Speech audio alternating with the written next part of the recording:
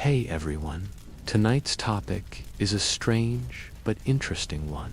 What getting high was like in medieval times. Don't worry, it's nothing wild, just a slow, gentle journey through old herbal remedies, sleepy potions, and ancient beliefs about how people used to relax or escape reality.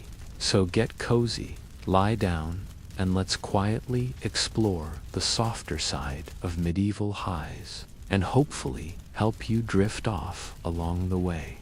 The Alewives of England is sometime in the 13th century. The sun rises slowly over a sleepy English village, its dull light slanting through the mist and landing on wooden rooftops, thatch-covered cottages, and long dirt roads rutted by cartwheels. Smoke curls lazily from low chimneys, and the air carries a soft scent of ash, wet wool, and more faintly fermenting grain. In one small house on the village edge, not far from a well-worn track that leads into the woods, a woman awakens before the crows begin their call. She is not a noblewoman nor a nun. Her name will not appear in any royal charter or illuminated manuscript. She is an alewife, a brewer of beer. A wife not always in the marital sense, but in the sense of occupation, responsibility, and labor. Her name might have been Alice Maud, or Beatrice, names so common in the records that they blur together. Her day begins not with prayer or poetry, but with water and fire. You see, in medieval England, ale was not just a drink, it was a necessity. The water from streams and wells was often unsafe. It tasted of metal, muck, or mold, and it could make a person gravely ill. Boiling the water to make ale, killing bacteria in the process, was not a conscious public health decision. It was simply how things were done. Brewing ale was part science, part survival, and part household duty. And it was women who did it, day after day, in kitchens and cottages, with no sense that they were part of any movement or moment, just work. The alewife begins by grinding malted barley, which she may have soaked herself days earlier in damp sacks or purchased from a local maltster if she could afford it. She has no thermometer, no yeast packet, no stainless steel vat. Her tools are humble: a large copper cauldron, an oaken mash tun, and cloths blackened by years of steam and use. The grains are mashed, hot water poured over them to create a thick, sweet mash known as wort. As it simmers, the smell deepens, rich and earthy, with hints of bitterness and the faint memory of summer fields. Hops, you ask? Not yet. Hops were not common in English ale until the 15th century. Instead, our alewife might use a gruda, mix of herbs like sweet gale, yarrow, or bog myrtle. Some were mildly intoxicating. Some may have had psychoactive effects, but most importantly, they preserved the ale just long enough to be drunk within days before it spoiled. Fermentation comes next. Though medieval brewers didn't fully understand the process, they saved frothy yeast from previous batches. They called it tanned, added it to the cooled wort. If she was skilled, the alewife could read the signs: the bubbling of foam, the smell of brewing, the gentle hum of life returning to the mix. The ale would sit overnight. By morning, it would be weak, perhaps 1 or 2% alcohol, enough to dull the senses, perhaps enough to feel slightly altered after a few wooden cups. But more than that, it was safe. And so, the ale became part of the village's lifeblood. She sold her ale in jugs, mugs, or from a small table outside her door. She might hang a broom or a crooked branch above her Catalda, silent sign to all that ale was ready for sale. The customers came slowly, farmhands with calloused fingers, tired from mucking stables, traveling peddlers with aching backs, old women looking for something to settle their stomachs. Sometimes even the reeve or the priest might come by, though they rarely admitted to it openly. No one thought of the alewife as important, but in truth she was. She offered nourishment, warmth, safety, community. Yet, despite the essential nature of her craft, her life was precarious. The brewing process was unforgiving. A slight shift in temperature, a spoiled grain sack, or too little groat, and the batch could go wrong. Worse still, village ale tasters officials, appointed by the manor or town, might show up at any time to sample her ale and judge its quality and price. If they found it too thin, too strong, or priced too high, she could be fined, and those fines were no joke. The assize of bread and ale, a royal law dating back to 1266, regulated the sale of both bread and beer. Prices were fixed according to the cost of grain, and violations were treated as crimes. For some alewives, a few bad brews could mean the loss of a year's earnings. Some were dragged into the manorial court, fined or publicly shamed. But still, they brewed because it was necessary, because people needed it, and because for some, brewing was more than a duty, it was a livelihood. Now, let's talk about the high in this story. Ale from an alewife's home was not just a mild drink. Sometimes, when herbs were used liberally or fermentation was particularly lively, it could have strange effects. Root herbs like henbane or wild rosemary were not carefully measured. There were no dosing instructions. A strong cup of ale could bring about not just tipsiness, but a kind of fog drowsiness, slurred thoughts, strange dreams. And then there was freshness. Ale had to be drunk quickly. Within days, it was alive, always changing. The cup you drank today might be twice as strong as the one from yesterday. One brew could lull you gently. Another could leave you seeing colors and stumbling home. The alewife knew this. She might even adjust her recipe, depending on the customer. A tired man with too many coins and too many complaints. Perhaps a stronger group, a local priest who paid late and preached too loudly. Water it down. Brewing was part art, part strategy, and slowly, as the years passed, the reputation of alewives began to shift. What had once been a necessary role, respected, even trusted, became something else. With the rise of male brewers, the introduction of hopped beer from the continent, and increased church pressure, women brewers were mocked, ridiculed, and even feared. They were accused of being dishonest, diluting ale, cheating scales, worse, still of using herbs for unnatural purposes. Some depictions from the late Middle Ages show alewives as hags, toads in their brewing pots, broomsticks near the door. Sound familiar? Yes, this was the seed of the witch stereotype. The ale cauldron, her herb garden, her cat, perhaps, to chase away rats.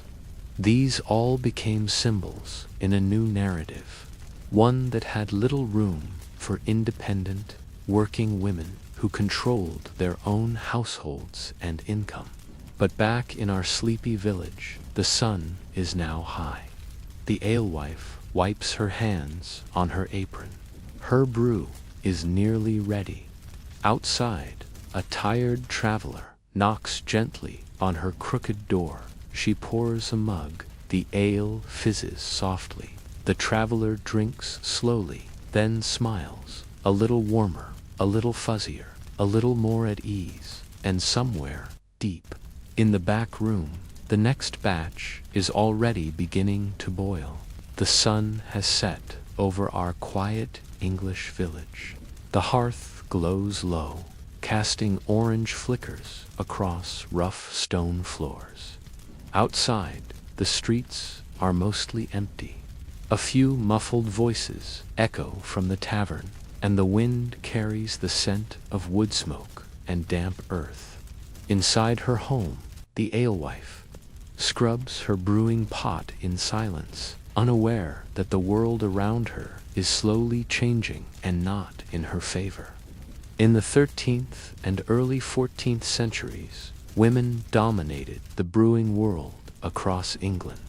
Records from town rolls and manorial courts show that in many villages, the majority of small-scale brewers were women. They were everywhere, from tiny hamlets with 50 souls to bustling towns like York or Norwich. Brewing was seen not as a profession, but as an extension of domestic life. You cooked bread, you mended clothes, and if you had the tools, you brewed ale. But the 14th century brought a slow shift, one that most alewives barely noticed at first. It began with scale. As towns grew and urban markets expanded, brewing started moving out of kitchens and into businesses. What was once small batch, local and personal, became large scale, regulated, and taxable. And with scale came men. Male brewers, often called brewsters, in early records began entering the trade in larger numbers. Some were entrepreneurs with resources, large kettles, storehouses, and employees. Others were former servants or apprentices who had worked in monasteries or noble estates, where brewing on a grand scale was common. The church, too, was no idle bystander in this evolution. Monasteries had long brewed ale for their own consumption, and for pilgrims, travelers, and the poor, but their techniques were improving. Benedictine monks, for example, began perfecting recipes, adding hops, which increased shelf life, and writing down processes in their ledgers. Hopped beer traveled farther and spoiled less. It was better for trade and far less forgiving of homebrewers like our alewife. Hops themselves were controversial. English ale was traditionally unhopped, flavored with gruit, and brewed for quick consumption. But imported beer from the Low Countries, Germany, the Netherlands, was made with hops and had a bitter taste and longer shelf life. This foreign beer began to flood into English ports by the late 1300s. English women, especially rural alewives, resisted hops. They were unfamiliar, untrusted, and disrupted the traditional brewing methods passed down from mother to daughter. But merchants saw opportunity. Hopped beer could be stored, transported, sold in distant towns. That meant profit and power, and soon laws began to change to reflect this. By the 15th century, guilds and brewing regulations began requiring fees, licenses, and tools that only larger operations could afford. While some alewives continued brewing on a small scale, they found themselves pushed to the fringes, fined more often, accused more harshly. The manorial courts, which once issued fines for thin ale or overpricing, became tools for control. Where once 10 men and 10 women might appear on brewing rolls, now the women disappeared, replaced by male names: John, Thomas, Robert brewers, with access to better tools and more reliable distribution. It wasn't just economics, it was also reputation. You see, as brewing became more commercial, the image of the alewife darkened.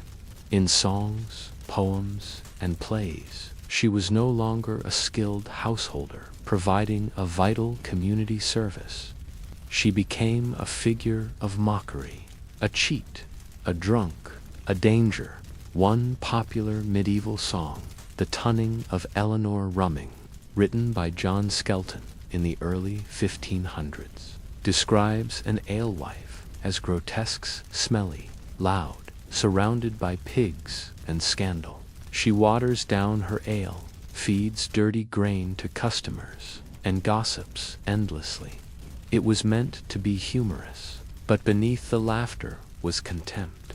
Why the change? It's likely that as women lost control of the brewing economy, they also lost control of their narrative. Men who now ran alehouses and commercial breweries found it easier to paint the older model, the independent woman brewer, as a relic, or worse, as dishonest. And some of that imagery lingers today. Think of the witch's cauldron, the broomstick hanging above a door, the black cat, all once symbols of alewives, later twisted into the language of heresy and fear. Some historians believe the link between alewives and witches is no coincidence. As church influence grew and Protestant reformers began to rise, suspicion toward independent women, especially those who used herbs, brewed potions, or managed businesses, grew too. By the 1500s, women brewers had nearly vanished from records in many towns. Our alewife, Beatrice perhaps, has no guild to defend her, no legal training, no power. If she brews now, it is likely only for her family. The broom no longer hangs outside her door, but even as her role fades, the culture of ale remains, the taste of barley and herbs, the warmth of the brew, the memory of long days spent tending fire, measuring grain, listening to the boil. It lingers in the walls of her cottage and in the hands of those who once bought her ale, and if she poured you a cup even, now it would taste like safety, like home, like something worth remembering. But questions remain. Why did no one speak?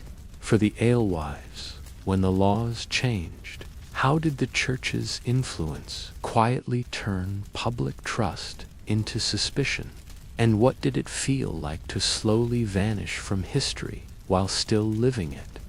The year is now somewhere in the early 1600s. The wooden cottages still lean crookedly under the English sky, and smoke still curls from the chimneys.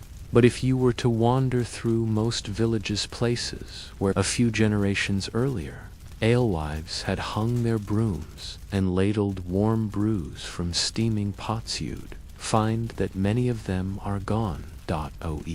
Ale is still here. People still drink it daily, but now it is mostly sold in public houses, newly formalized establishments, where the ale comes from barrels tapped by men behind counters. The brewer might be the landlord himself or a merchant in town. The brewer is likely hopped, now tasting a little more bitter, a little less earthy. It's also taxed, measured, regulated, and written into account books in ink. The woman brewer, who once stirred pots before sunrise, is now little more than a memory. How did it happen? Some of it was slow erosion, changes in trade, taste, and tools. But there were also deliberate shifts in power. By the late 1400s, brewing had become a professionalized, male-dominated industry in much of England, especially in cities. Brewing licenses became more expensive and more exclusive. Tools had to be upgraded. Standards changed when ale became a business instead of a task. Women were slowly pushed out, and society, in turn, rewrote their story. The alewife once so common that she needed no explanation, became a punchline. In morality plays, she was greedy. In church sermons, she was dishonest.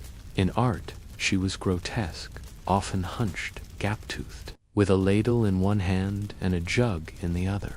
What had she done to deserve this? Well, nothing, really. She had simply brewed ale, and been a woman, and tried to earn a living.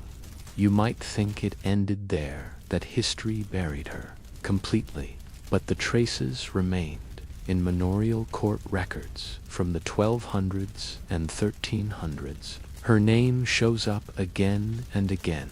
Maud la Alufa, fined for weak ale. Alice of Norwich, brews without a license. Beatrice, brewer of the South Lane, ordered to present her measures. Hundreds, perhaps thousands of names lost to time, their only surviving footprint, a fine or a fee, in village inventories. Her tools were listed at her death: copper cauldron, brewing tun, measuring sticks. In parish records, sometimes she appears as a widow brewer, trying to keep her trade after her husband's death, and in oral traditions, in some scattered corners of England, old stories linger about a grandmother who could make the strongest ale in 3 parishes, or who warned children away from her bubbling pot lest they fall in. Even the witch stereotype may owe something to her. The broomstick, once hung above a door to signal ale was for sale. The cauldron, her brewing pot, the cat, the herbs, bog myrtle, wild rosemary, yarrow ooze in her brew. By the time witch hunts escalated in the 16th and 17th centuries, those symbols had been rebranded into something dark. Where once they meant nourishment and care, they now meant danger and suspicion. And so she was forgotten, almost. But history, even boring history, has a way of circling back in recent decades. Scholars and historians have begun to re-examine the role of women in everyday medieval life. In dusty town rolls and parchment court records, they found the alewives again, not as witches or criminals or comic figures, but as workers, providers, businesswomen, and in modern brewing culture, especially among women brewers reclaiming the craft, the alewife has returned not as a footnote, but as a symbol of resilience. Today, in taprooms and microbreweries, you might see beers named alewife or witch's brew, not as insults, but as homage. They brew again, not in back rooms, but in full view.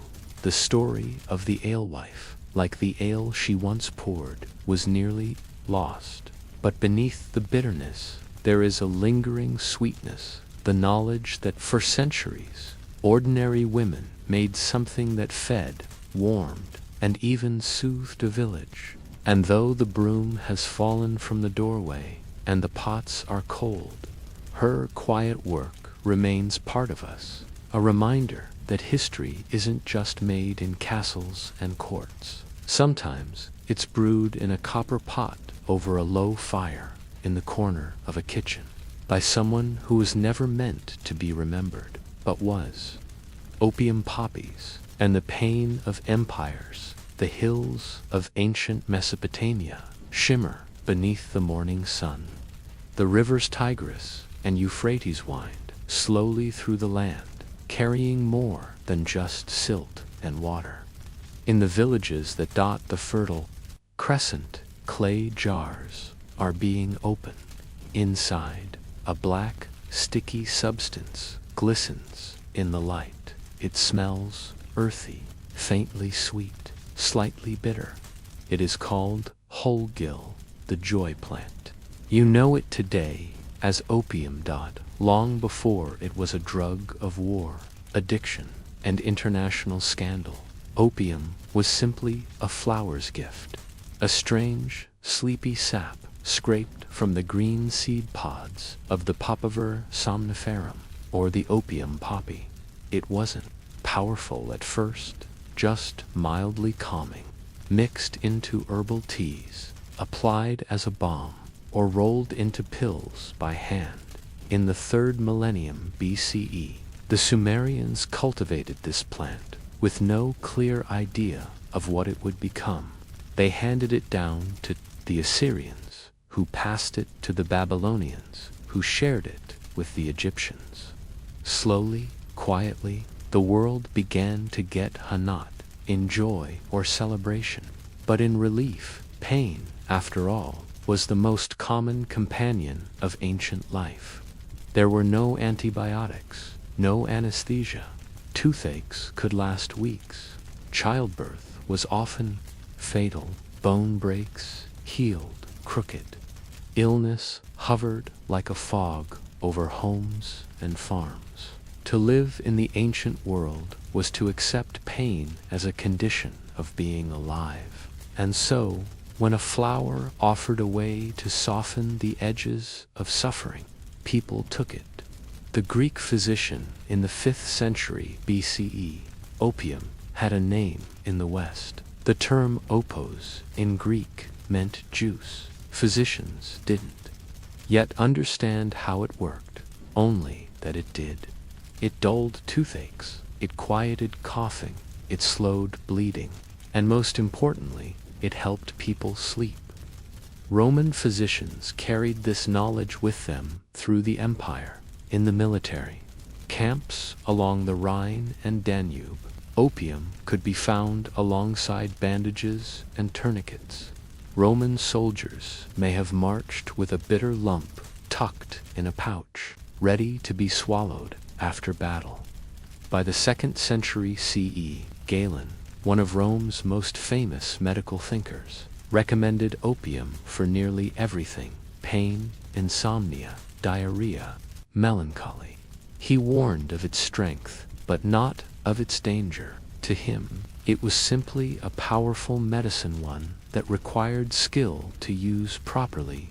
And here's where it gets quietly complicated. Because in the ancient world, people didn't talk about addiction the way we do today. They had no clinical language for dependency, but they noticed patterns. They noticed, for example, that some patients could not go without the poppy once they'd had it, that what soothed on one day made things worse the next, that sleep bought with opium sometimes came at the cost of wakefulness later. Yet still, it was used across cultures, classes, and kingdoms. In Persia, opium was taken in tablets and syrups, recorded in Islamic medical texts under names like Afian. Arab doctors of the Golden Age in Baghdad preserved and expanded ancient knowledge. Avicenna, great 10th century physician, praised opium in his canon of medicine, noting both its healing power and the need for careful use. Meanwhile, in India, opium entered Ayurvedic practice. It was used not just for pain, but in ritual. In some traditions, it was believed to cool the body, tame fevers, and calm the mind. But it was in China that opium would leave one of its deepest, most enduring imprints. At first, it arrived as a medicine traded along the Silk Road, mixed with herbs and prescribed in tiny doses. But something subtle was shifting. In China, by the 8th century CE, it was already being smoked, though not widely. Mixed with tobacco or other herbs, it produced not just sleep, but euphoria, a different kind of relief. And that brings us to an important turning point, because while early civilizations used opium to treat pain, later ones would learn to use it for escape. The transformation from a dull brown lump in a jar to a pipe full of swirling, seductive smoke was centuries in the making. But by the time it arrived, the change was irreversible. There's something strangely quiet about how opium moved through the world. It never came with armies. It didn't require colonization. It simply followed trade, medicine, and human need. Wherever people hurt, opium went. Wherever sleep was scarce, the poppy grew, and the people who cultivated it, they were often small farmers, ordinary villagers who had no sense of the global power this plant would one day hold. They harvested the sap with care, slicing the green pods just before dawn, letting the resin bleed out like a slow weeping wound. Then they scraped it into jars, dried it, sold it, and moved on. Back in China, India, and the Arab world, apothecaries and healers bought the substance by weight. They added it to pastes, tinctures, and pills. They didn't see a future war. They saw a tool, a remedy, a quiet blessing. But even in these early days, some warned of overuse. Some monks cautioned against spiritual dullness. Some physicians noted symptoms of over-reliance, sweating, twitching, a desperate need for more. But few listened because pain was worse. Pain was immediate, and opium worked. As we close this section, the poppy stands tall in fields across 3 continents. Its power not yet politicized, its image not yet criminalized. It is still, in this moment of history, just a plant, a flower that helps people feel less. But already, somewhere in the distance, a storm is brewing. What happens when pain relief becomes trade? When comfort becomes currency? And who gets to control a substance that can soothe and silence the world? The year is 1773. In a quiet corner of Bengal, under a gray dawn sky, a man walks slowly through a poppy field. His fingers are stained, brown from yesterday's harvest. Behind him, rows of opium pods sway gently in the breeze. These pods are not for healing, not anymore. They are for commerce. This man is a farmer, yes, but he does not sell his crop at a local market. He has no real choice in the matter. His poppies, by contract, belong to the British East India Company, and the company has plans. Let's rewind a moment. By the mid-1700s, the British Empire was gaining a grip over India. After defeating rival powers in Bengal and elsewhere, they took control of taxation, trade, and crucially agriculture. Among the crops they encouraged, demanded, and monopolized was opium. They didn't want it for local use. They wanted it for China. The Qing Empire of China in the 18th century was vast, rich, and self-sufficient. It exported tea, silk, porcelain luxuries the British craved, but China didn't want anything in return.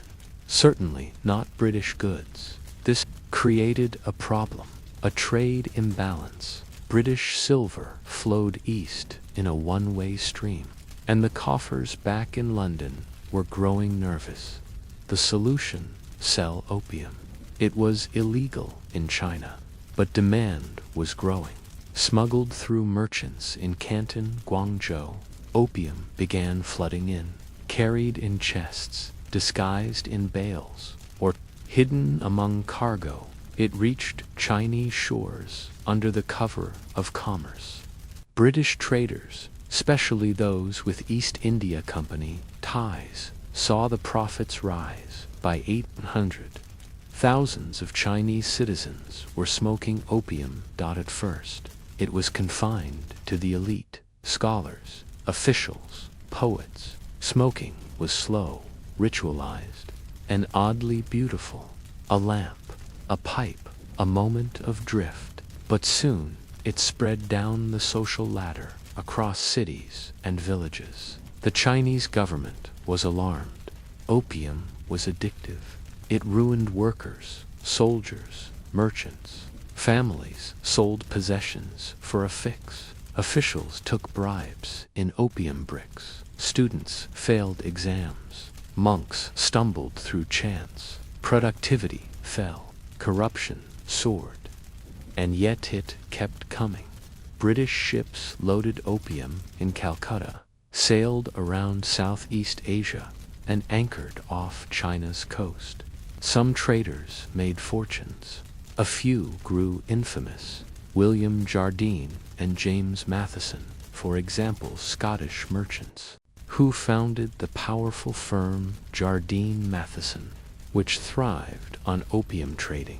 Meanwhile, back in India, the farmers had no say. Entire regions of Bihar and Bengal were converted to opium poppy fields.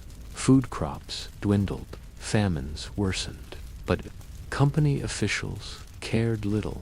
The sap was weighed, dried, packed into cakes, stamped with seals, and shipped. A vast triangle of misery had been created. India grew the poppy, Britain reaped the profits, China bore the addiction. By the 1830s, China had had enough. The Qing emperor issued new edicts. Crackdowns began. Addicts were punished. Smugglers were executed. In 1839, a special commissioner named Lin Zexu arrived in Canton. He was determined, educated, and utterly unafraid. Lin ordered the seizure and destruction of over 1,000 tons of opium. He sent a letter to Queen Victoria asking, "If opium is illegal in your country, why do you send it to ours?" No reply ever came. Instead, Britain sent warships. This marked the beginning of the First Opium War, 1839 to 1842. It was not a fair fight. China had numbers, but Britain had steam-powered ships, advanced artillery, and hardened troops. Coastal cities were bombarded, rivers were blockaded, trade routes were seized, and after 3 years of pressure, the Qing court surrendered. The Treaty of Nanjing followed a deeply unequal agreement. China ceded Hong Kong to Britain. Trade ports were opened. Huge reparations were imposed. And, worst of all, Britain gained the right to continue trading opium. Far from ending the trade, the war secured it. The poppy now had an empire behind it. In the years that followed, the situation worsened. Opium use soared in China. Addiction became endemic. Families were broken. Local economies withered. And yet, British merchants and Indian planters grew wealthier. Even American ships joined in. Boston merchants, like the Delano family, relatives of Franklin D. Roosevelt, entered the opium trade. The profits were simply too large to ignore. By the 1850s, tensions erupted again. The Second Opium War, 1856 to 1860, saw even more violence, more treaties, and more humiliation for China. In just a few decades, a plant that once soothed fevers in Babylon had become a weapon of global domination. And yet, it's worth pausing here, not to rush forward, but to consider how ordinary people were caught in this storm. In India, the farmer who once grew lentils now grew poppies under coercion. In China, the student who once memorized Confucian texts now lay curled beside a pipe. In Britain, citizens sipped their tea, unaware that its cheap price was funded by narcotics and naval cannons. Empires are often built on iron and fire, but sometimes they grow from something softer, from smoke. And when that smoke clears, what remains? A poisoned river, a hollowed village, a field that no longer feeds its people. As we close this section, the opium trade is at its peak. Profits are high, empires are richer. But under the surface, something is unraveling. The next chapter will bring us into the 20th century, when the world begins to reckon with what it has done. But for now, a question remains. How do you dismantle a global addiction once it has made you powerful? The 20th century began with broken promises, shifting empires, and aching bodies. In the shadows of opulent cities and crumbling colonial capitals, one thing had become clear. The poppy's gift had turned into a curse. In China, the damage was staggering. By 1900, an estimated 25% of adult males were addicted to opium. That's not a typo. Entire regions had become zones of quiet collapse. Workers missed days. Officials grew corrupt. Rice harvests shrank as farmers smoked away the hours. In homes and alleys, the pipes burned day and night. The Qing dynasty, already weakened, tried again and again to enforce bans. Edicts were issued.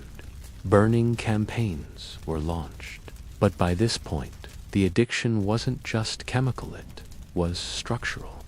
Local economies depended on the trade. Corruption was entrenched. Merchants still profited, and the West still wanted control. Even in Britain, where opium had long been accepted as a medical cure, unease began to grow. In Victorian homes, bottles labeled laudanum sat on bedside tables. This syrupy mixture of opium and alcohol was sold over the counter for everything from headaches to hysteria to fussy children. Poets like Coleridge and De Quincey praised its dreamy effects. The pleasures of opium, De Quincey wrote, are mild, calm, and voluptuous. But he also warned of the despair that followed behind the elegant labels and doctorly advice. An uncomfortable truth was emerging. Addiction wasn't just something that happened in foreign lands. It was here, at home. As the 1900s unfolded, a slow, grudging shift began. In 1909, the first International Opium Commission was held in Shanghai. It brought together nations that had, for decades, profited from the trade. Now, awkwardly, they agreed something had to change. But talking wasn't enough. The real shift began in 1912 with the Hague Opium Convention. It was the world's first international drug control treaty, signed by powers including the US, Britain, Germany, and China. It aimed to restrict opium production to medical use only. It was a start, but it wasn't binding. Enforcement was weak. Smuggling continued. Addiction rates remained high, especially in China and Southeast Asia. Then came war. World War I disrupted global trade, including the opium markets. But it also did something subtler. It introduced millions of soldiers to morphine, a powerful opium derivative used for battlefield injuries. Morphine was faster, cleaner, injectable, and it was stronger after the war. Many veterans, all sides, returned home dependent. A new word began circulating: morphinism. The public sphere of narcotics began to shift from sleepy exoticism to medical urgency. Then came another development: heroin, originally synthesized in 1874 and marketed by Bayer in 1898. Heroin was hailed as a non-addictive alternative to morphine. It was even sold over the counter in some countries. But by the 1920s, doctors and patients knew better. Heroin was not safer. It was worse, faster, more euphoric, and more enslaving. Suddenly, opium wasn't just a colonial concern or a poetic indulgence. It was a global health crisis. In the U.S., the Harrison Narcotics Tax Act of 1914 cracked down on opiates. In Britain, the Dangerous Drugs Act followed in 1920. International conferences multiplied. Medical journals warned. Lawmakers panicked. The age of criminalized narcotics had begun, and still, deep in the villages of Asia, the poppies bloomed in Afghanistan, Laos, Burma, and Thailand. Small farmers continued to scratch at pods and scrape out resin. These were not empire-backed plantations now. They were part of the informal economy. Opium was no longer a colonial tulip, was a survival crop. In the highlands of Burma, the Shan and Hmong peoples depended on the harvest. So did warlords, militias, and insurgents. In the chaos of post-colonial Southeast Asia, opium became currency, traded for weapons, food, and influence. By the 1950s and 60s, American intelligence agencies were becoming entangled in these networks.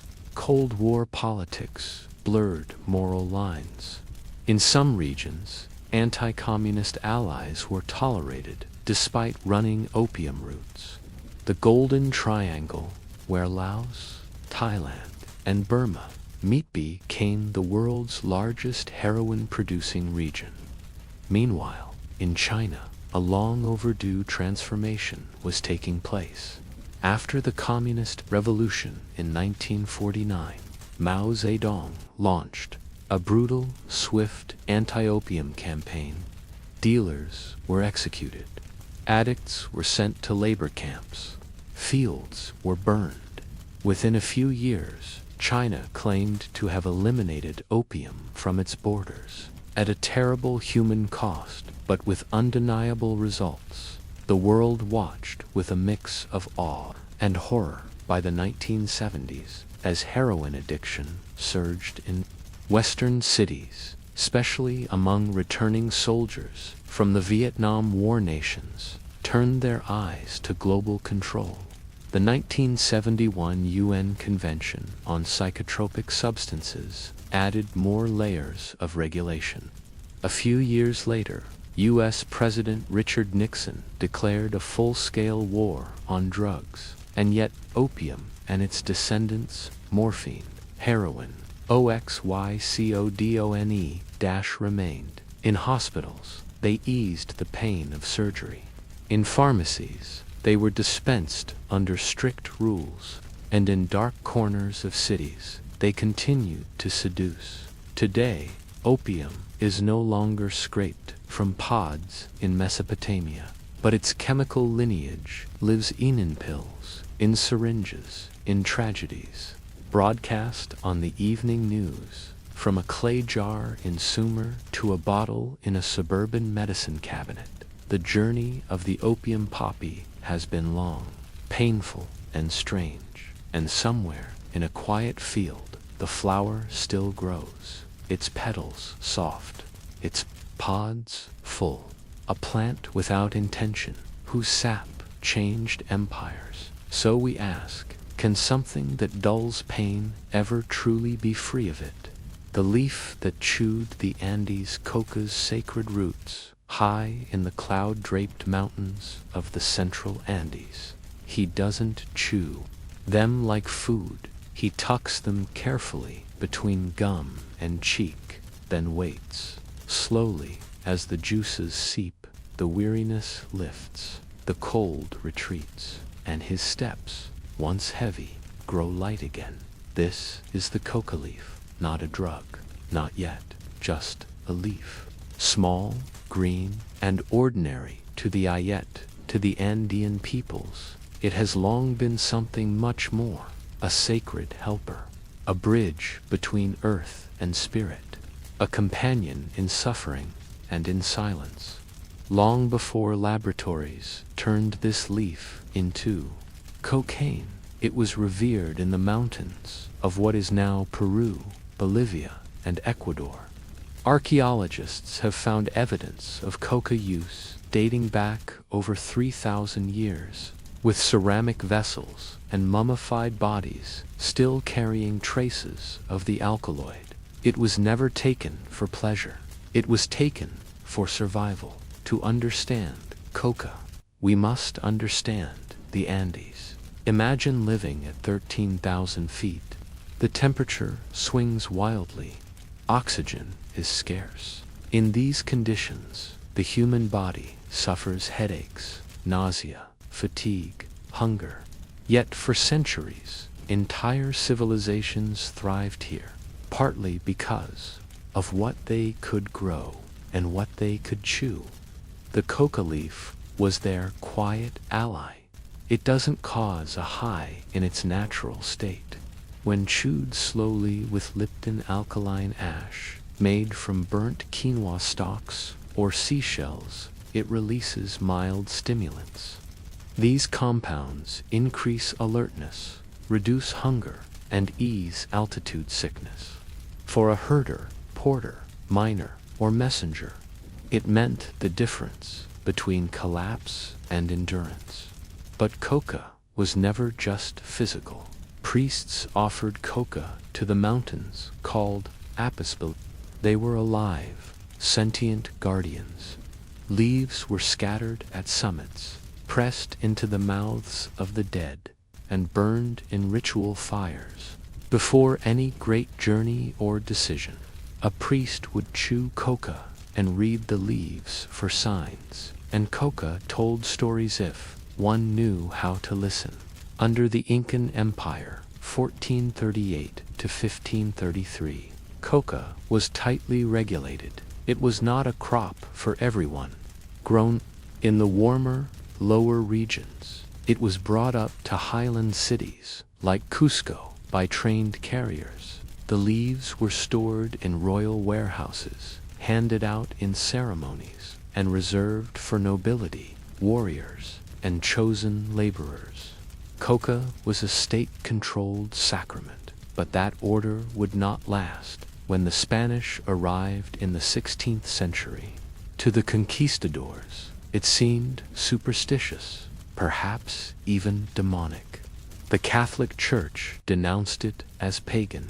In early colonial records, you can hear the disapproval. They put those leaves in their mouths and go about like fools, one friar wrote. And yet, the Spanish didn't ban it, not for long, because they discovered something else coca made. The natives work longer in the silver mines of Potosi, where thousands of indigenous laborers were forced into deadly tunnels under the meta-labor system. Coca was not just tolerated, it was distributed. Miners were expected to chew it to reduce hunger and exhaustion, helping them endure 12-hour shifts in toxic air. The Spanish crown even taxed coca. It became a revenue stream. Missionaries still grumbled, but governors counted the coins. A substance once sacred became a tool of colonial control. Back in the villages, coca remained what it had always been, a quiet, everyday ritual. Farmers chewed it during planting. Women used it to ease childbirth. Shamans carried it in pouches made of alpaca hide. Coca was part of the rhythm of life, even into the 19th century. Coca remained a local tradition, rarely exported or altered. It didn't sit in European markets.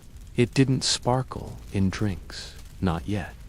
That transformation would come soon, when a few curious scientists and ambitious chemists decided to isolate the leaf's secret. But here, in the highlands, things moved slowly. It is dusk now in a small Andean village.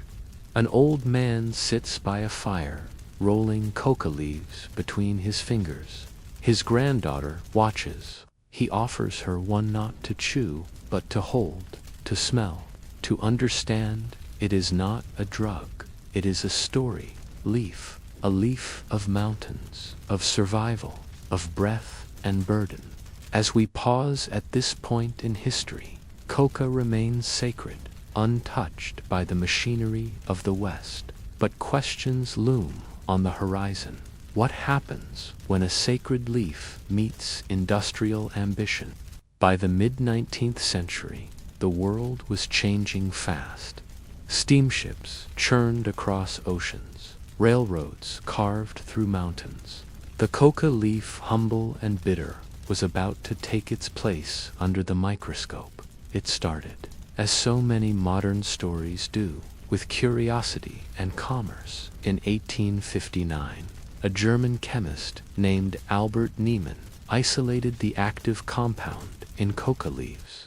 He called it cocaine.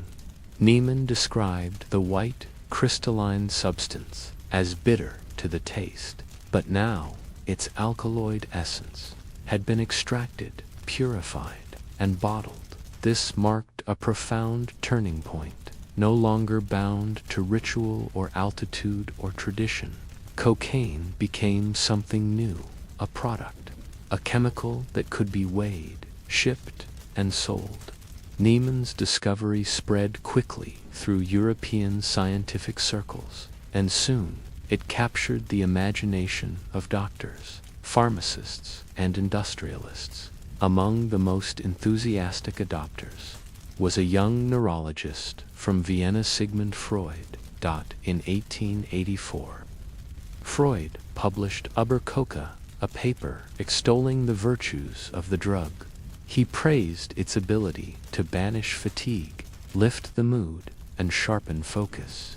Freud experimented on himself and recommended cocaine to friends and patients.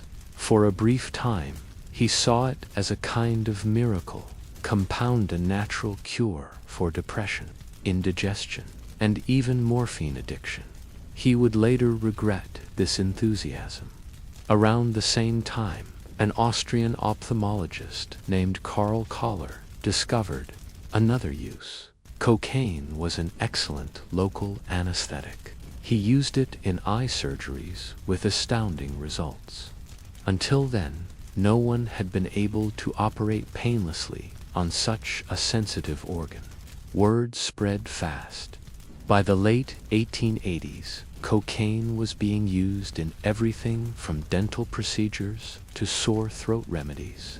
It was prescribed for asthma, hay fever, and even shyness. Pharmaceutical companies began incorporating it into tonics, tablets, and tinctures, and then came the drinks. In the United States, John Stith Pemberton, a wounded Confederate veteran, was experimenting with his own nerve tonic. In 1886, he launched a new drink combining coca leaf extract and cola nut, a source of caffeine. He called it Coca-Cola. It was marketed as a refreshing beverage and a pick-me-up for the tired soul. Ads promised relief from mental and physical exhaustion.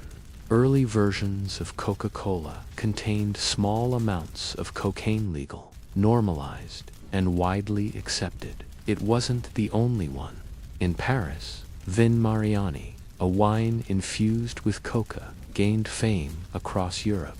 Pope Leo XIII endorsed it. So did Thomas Edison. So did Queen Victoria. Coca had gone global, but the leaf was no longer sacred. It was fashionable. The Andean farmers, who still chewed coca while plowing fields, remained unaware of what their crop had become in foreign hands. Their traditions continued quietly, far from the sparkling pharmacies of London or the soda fountains of New York. Then came the shift. As the 20th century dawned, medical professionals began to notice something troubling. Patients who used cocaine regularly developed strange symptoms: paranoia, insomnia, cardiac issues, sudden, irrational behavior, addiction. Cocaine was no longer just a miracle. It was a problem. Freud himself distanced from the drug. Some of his patients had suffered from prolonged psychosis and breakdowns. The euphoria he once praised was now shadowed by something darker. Governments began to take notice. In 1906, the United States passed the Pure Food and Drug Act, requiring proper labeling of products. In 1914, the Harrison Narcotics Tax Act sought to control the sale of cocaine. Coca-Cola, under pressure, removed cocaine from its formula, though coca leaf extract remained. Decocainized. Europe followed suit with its own restrictions. Pharmacists became more cautious. Prescriptions tightened. Cocaine's golden age faded into something more muted. It was still used medically, but warily, and still, the coca leaf itself remained.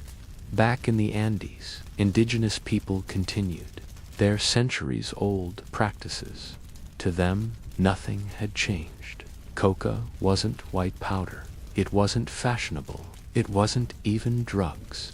It was still Pachamama's gift-a-plant of the people, rooted in ritual and daily life. But the gaze of the modern world was now fixed on that plant, and others wanted control.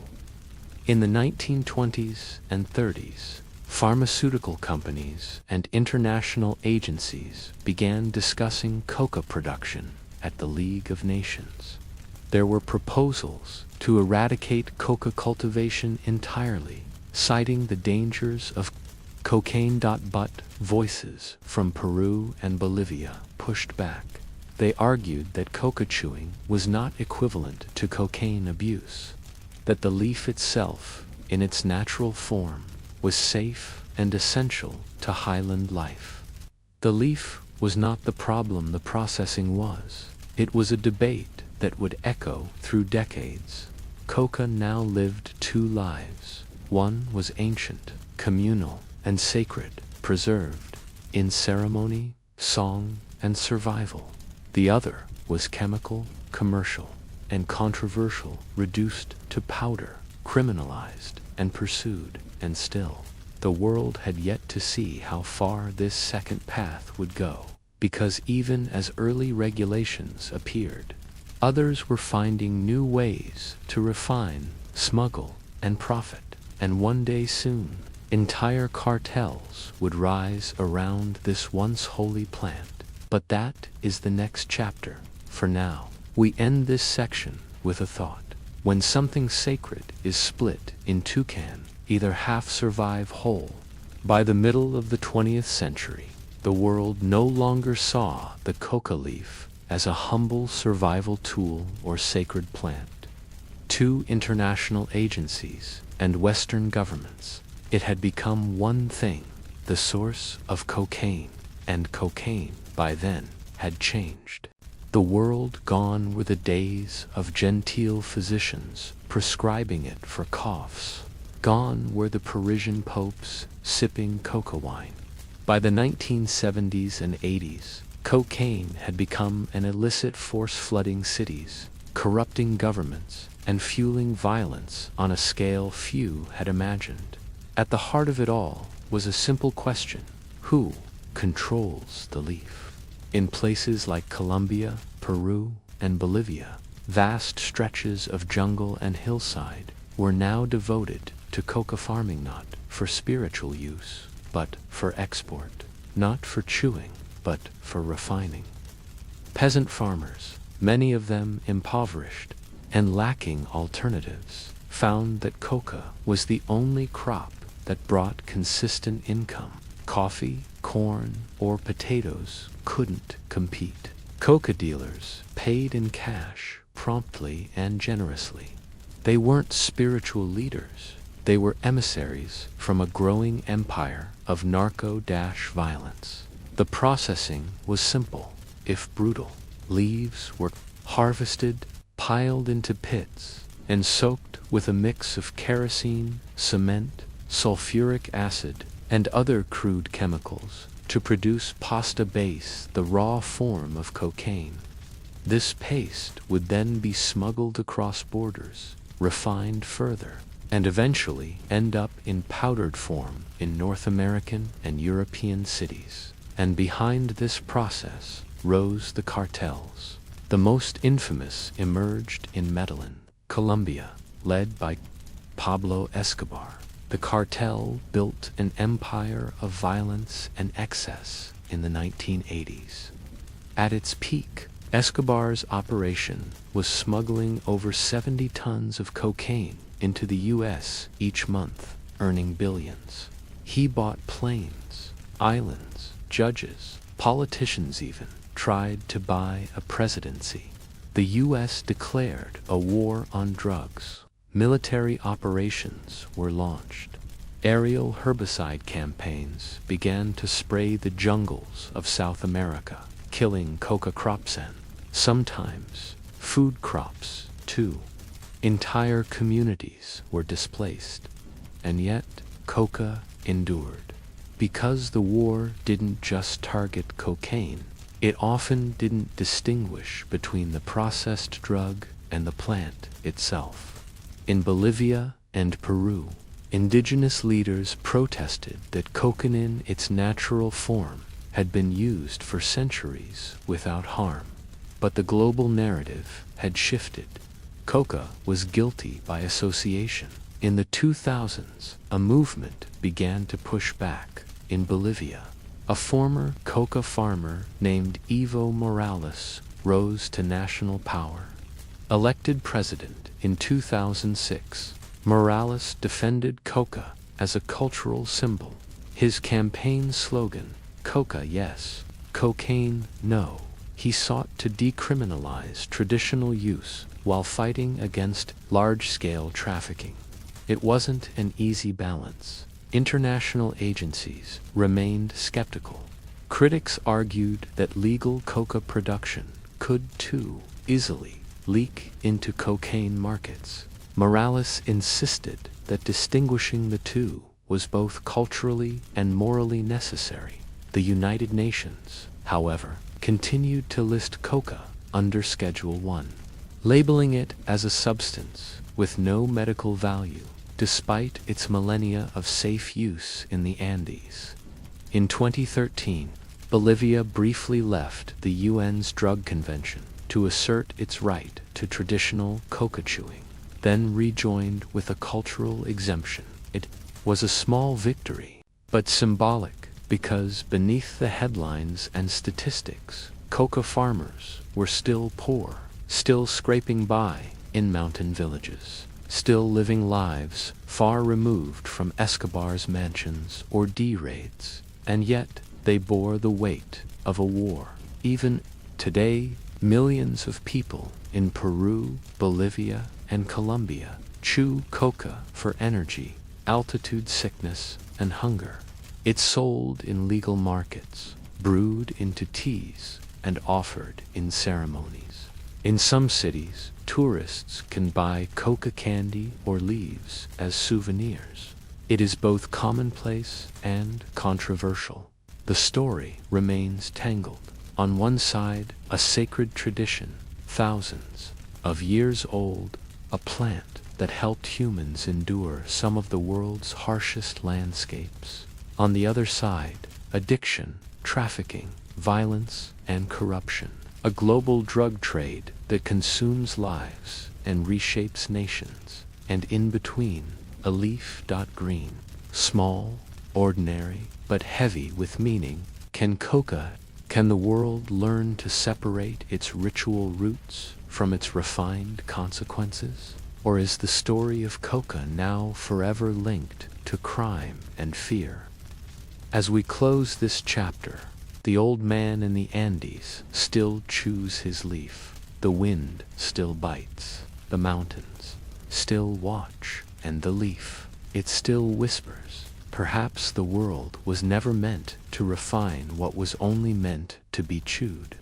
The empire of poppies, opium, and the pillars of trade. The poppy is a delicate flower.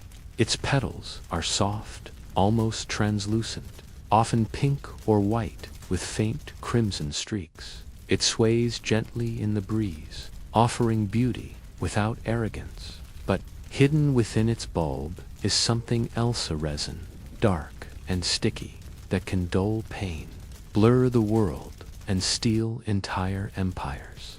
This is the story of opium, and of how a flower once tended in peaceful gardens became a cornerstone of global trade, warfare, and addiction.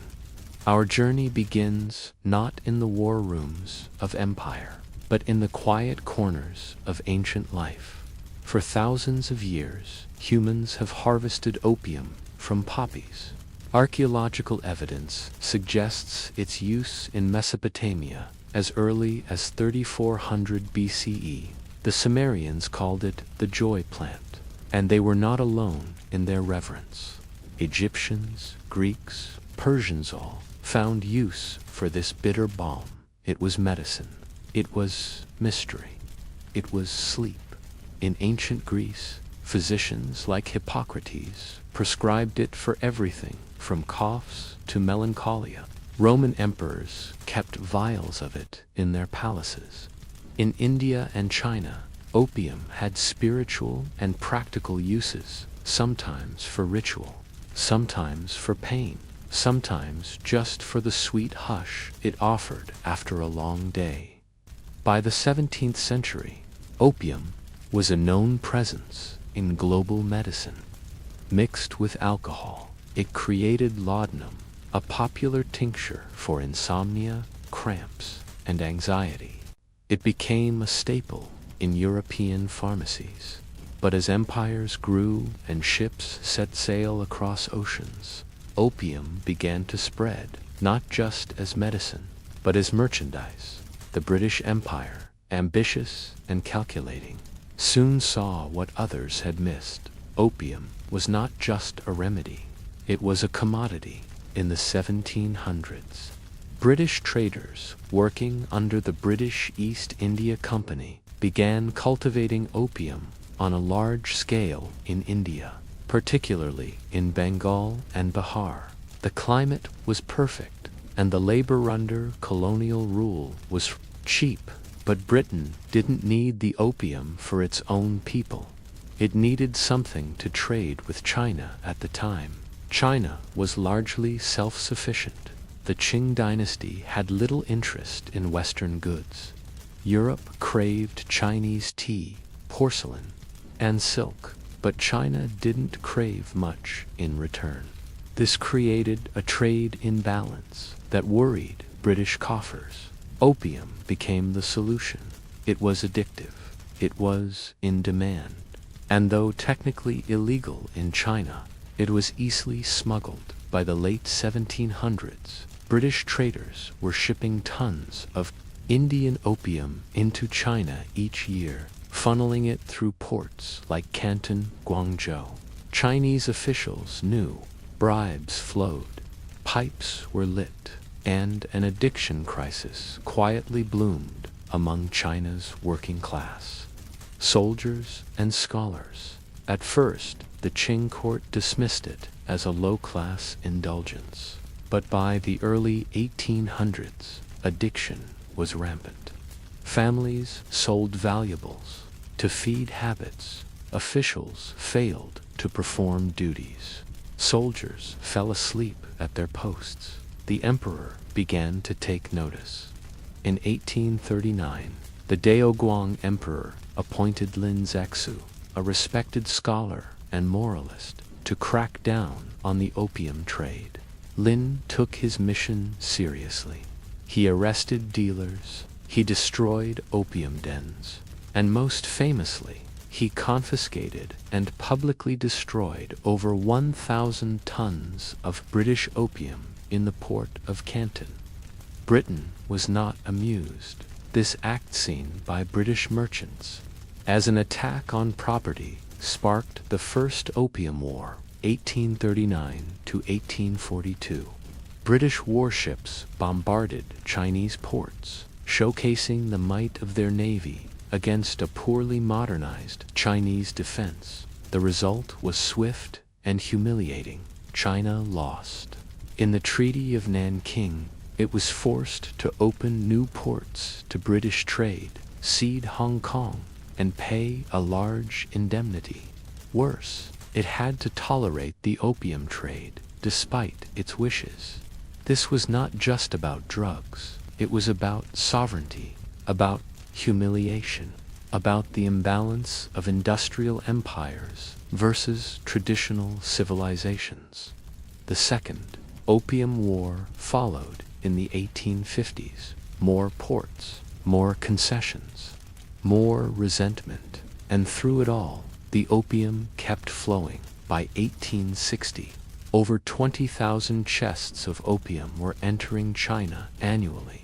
One chest weighed roughly 60 kilograms. That's over 1.2 million kilograms of opium every year. Chinese society strained under the weight. Families collapsed. Young men wandered city alleys in fogs of smoke. A generation lost itself in the haze. And still, poppies bloomed in Indian fields, harvested by farmers under British oversight, shipped by East India Company vessels, sold in secret by merchants, then in public by treaty. It was a system both brilliant and brutal. Opium revenues funded British railways, schools, and fortresses in India. It helped finance colonial rule. It became, in many ways, one of the economic pillars of the empire. And yet, the consequences were far from Britain's shores. That was the genius and the cruelty of it all. As we end this section, we return to a single image, a small bulb scored with a blade, milky sap oozing out, like tears from a wound, harvested quietly by a barefoot farmer under the morning sun, unaware that this flower will spark wars, redraw maps, and darken the dreams of millions. What happens when a medicine becomes a weapon? When the First Opium War ended in 1842 with the Treaty of Nanking, the world tilted. China, once a mighty center of learning and commerce, had been defeated by merchants and marines, not with swords or scholars, but with opium and gunboats. The victory gave Britain far more than just access to ports or trade. It gave them economic leverage, political control, and a model for managing empire through addiction. The treaty gave the British what they wanted: trade routes, influence, indemnities. But perhaps the most significant prize was Hong Kong, an island whose foggy hills and deep harbor would grow into a cornerstone of British Asia, and all of it was funded by poppy sap. While China tried to ban the import of opium, Britain didn't technically sell the drug inside Chinese borders. Instead, they auctioned it off in India, where traders, Chinese, Indian, and European, bought it and smuggled it in. It was a legal technicality wrapped in moral ambiguity. The opium didn't just bring profit. It balanced the books. Remember that Britain wanted Chinese tea badly, but tea had to be bought with silver, and British silver reserves were not infinite. Opium sales reversed the flow. Chinese addicts paid their dealers in silver. That silver made its way to British merchants, and suddenly the tea trade was self-funding. It was, in pure numbers, an economic masterpiece. But as silver left Chinese hands and smoke entered Chinese lungs, the country weakened. The Qing dynasty, already struggling with corruption and natural disasters, now faced widespread addiction and the erosion of its authority. Officials were often either users or paid off by smugglers. Morale declined. Tax revenues dropped. Military readiness slipped. Meanwhile, in India, the other end of the empire's pipe was also feeling the effects. In regions like Bihar and Uttar Pradesh, tens of thousands of Indian farmers were forced to grow opium poppies, not for themselves, not for local medicine, but for British contracts. The British East India Company maintained strict control over every step of the process. They dictated the seeds, the harvest times, and even the pricing, usually far below market rates. Farmers who refused to grow poppies were fined or punished. The land that could have grown rice or wheat now bloomed with narcotics. This shift in crops led to food shortages, famine, and resentment. It was not just the Chinese who suffered under the opium trade. It was also the Indians who fueled it, yet the money flowed. Opium sales brought in up to 20% of the revenue of British India during the height of the trade. That money funded railroads, administration, and expansion.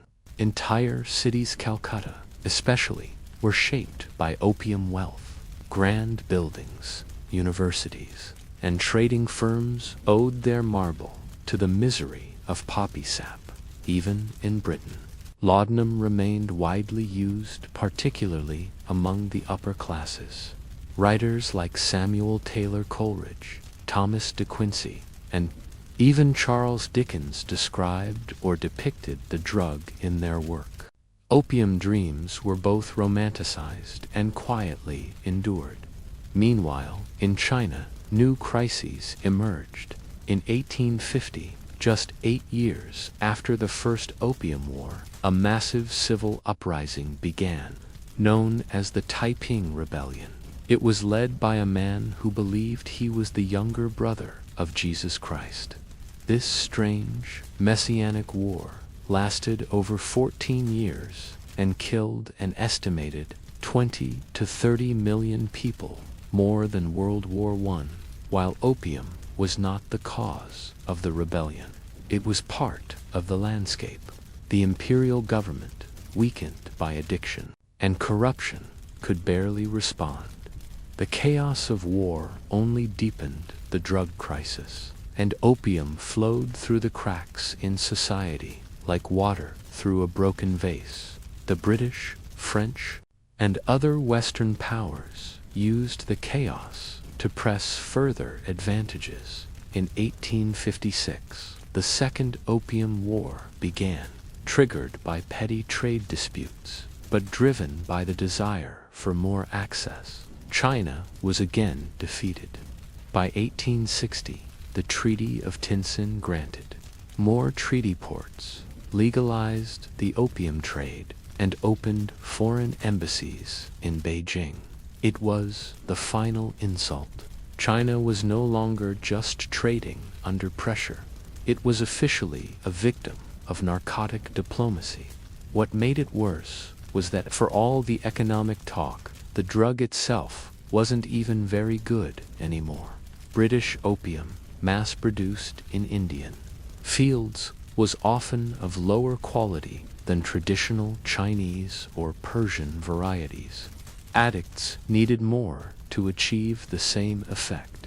As demand increased, so did price manipulation. Smugglers often laced or diluted opium to stretch profits, increasing dependency and health risks. China became a nation in withdrawal. Meanwhile, in Britain, few people questioned the morality. The opium trade was far away, involving brown-skinned farmers and distant emperors. To most Londoners, it was an exotic issue, one for Parliament to debate occasionally, perhaps, but not a scandal, not a crime. Only a few voices cried out. Christian missionaries and early humanitarians, both British and Chinese, spoke against the trade. Chinese intellectuals began to write essays and manifestos. Some even called opium the poison of the West. But the empire was still hungry. Opium was never the only reason the British expanded, but it was, undeniably, a fuel source. It kept the wheels turning. It bought ships, it pacified colonies, and it taught Britain an unsettling lesson. You don't need to conquer a country if you can weaken it from within. By the end of the 19th century, The cracks in the Chinese Empire were permanent. Nationalists, reformers, and revolutionaries would soon rise, trying to shake off both Qing rule and foreign domination. And the memory of opium's fog and humiliation would be burned into the psyche of modern China. Back in India, the opium system eventually declined under political pressure, but the damage was done. Generations of farmers had been diverted from food, their lands, labor, and dignity repurposed for empire's bitter trade. It's easy to forget, when walking through today's global cities, how many monuments were built on poppy petals. As we pause here, one must wonder, was the British Empire built on commerce or on quiet, smoky conquest? By the late 19th century, the Poppy Empire was showing cracks not only in the lands it fed and weakened, but also in the conscience of the world. While the opium trade had been wildly profitable for over a century, winds were shifting. Moral, political, and economic pressures began to pull at the threads of the empire's narcotic fabric. Empires were not eternal, and neither was the patience of the people they governed. In China, the damage was undeniable. Between 1850 and 1900, some estimates suggest that 10 to 20% of adult males were addicted to opium in some form. The addiction rate was particularly high among the military, intellectuals, and coastal populations. Many smoked alone. Some smoked in groups. Others were cared for by families who had long since lost hope. Opium dens were no longer just smoky rooms in hidden alleys. They had become symbols of decline. Paintings and photographs from the era show long rows of men reclining, thin and vacant, pipes resting on bamboo racks, eyes drifting toward nothing. And yet, there was no immediate escape. The system was deeply embedded, financially, culturally, socially. To stop the trade was to unravel the economic structures of both colonial India and Qing China. But movements for change had begun in Britain. Christian activists and medical reformers were pushing back the anti-opium movement, supported by missionaries who had witnessed the devastation firsthand in China, began lobbying Parliament. One key moment came in 1895, when the Royal Commission on Opium investigated the trade. Shockingly, this frustrated reformers, but it also revealed something deeper. The British establishment was not ready to surrender the economic benefits of its most addictive trade. Still, the world was changing. By the early 20th century, China itself began pushing hard to end the cycle. In 1906, under pressure from reform-minded officials and mounting national shame, the Qing government declared a formal plan to eradicate opium use and production within 10 years. This was a massive undertaking. Campaigns were launched across provinces. Addicts were forced into treatment. Farmers were paid to destroy poppy fields and plant cotton or grain. Surprisingly, it worked, partially. By 1910, significant reductions had been made in both use and production. Some provinces reported a decline of up to 90% in poppy cultivation. But progress was uneven, and addiction is not so easily erased. Deep in rural China, poppies still bloomed. In border provinces, foreign traders continued their quiet work. Then came 1911. The Qing dynasty fell.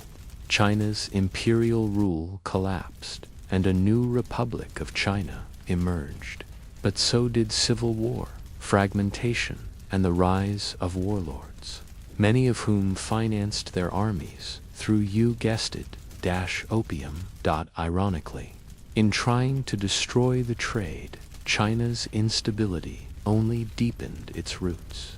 Meanwhile, in India, the British faced a similar reckoning. By the early 20th century, the opium trade had lost some of its shine.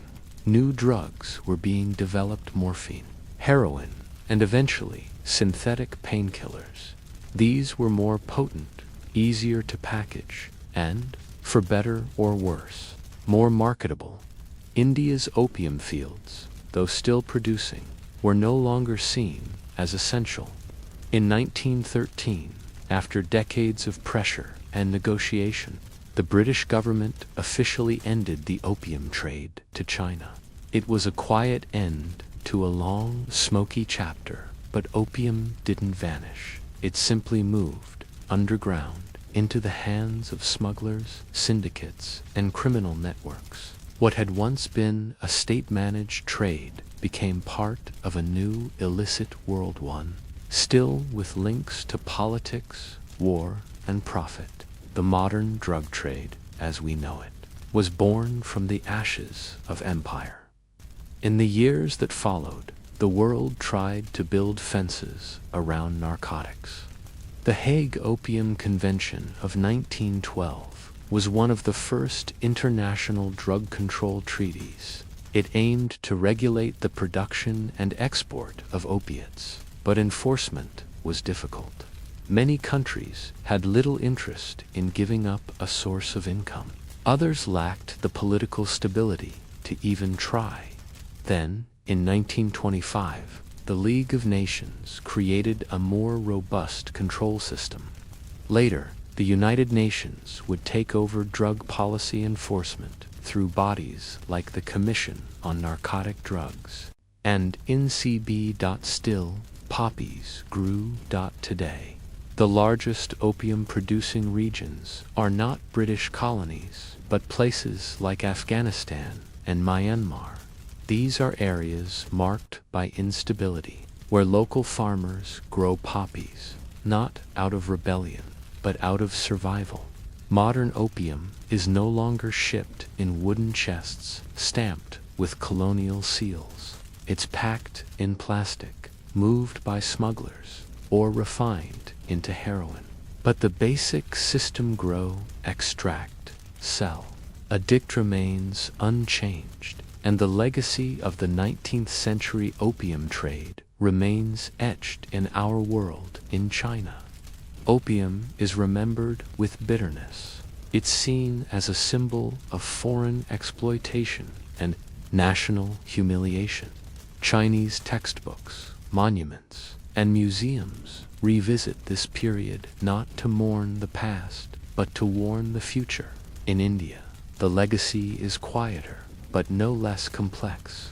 The same regions once forced to grow poppies for empire now struggle with poverty, agricultural change, and identity. The scars are not as visible, but they're there. In Britain, the memory is more ambiguous. The prophets built grand buildings and funded railways, but the cost measured in lives, dignity, and sovereignty was paid by others. Far away, the story of opium is not just about a drug. It's about the ways empires are built, not just with steel and armies, but with contracts, trade, and chemistry. It's about how something as small as a flower can be weaponized slowly, quietly, but powerfully across generations. And now, as you rest here, with your eyes heavy and the past floating like incense smoke across your thoughts, perhaps consider this: was it the opium that conquered, or simply the people who chose not to see what it could do? A cup too far, the caffeine scare of the 1600s asterisk. It may surprise you to learn that there was once a time when coffee was feared, outlawed, and blamed for the crumbling of society. Not in modern health circles or nervous teenage blogs, but in the courts of kings, the pulpits of priests, It was the 1600s, and Europe had just discovered the strange, bitter liquid called coffee. And it didn't take long for the chaos to begin. Coffee was not new to the world. It had long been consumed in Ethiopia, where legend tells of a goat herder named Kaldi who noticed his animals were unusually lively after eating red berries from a certain tree.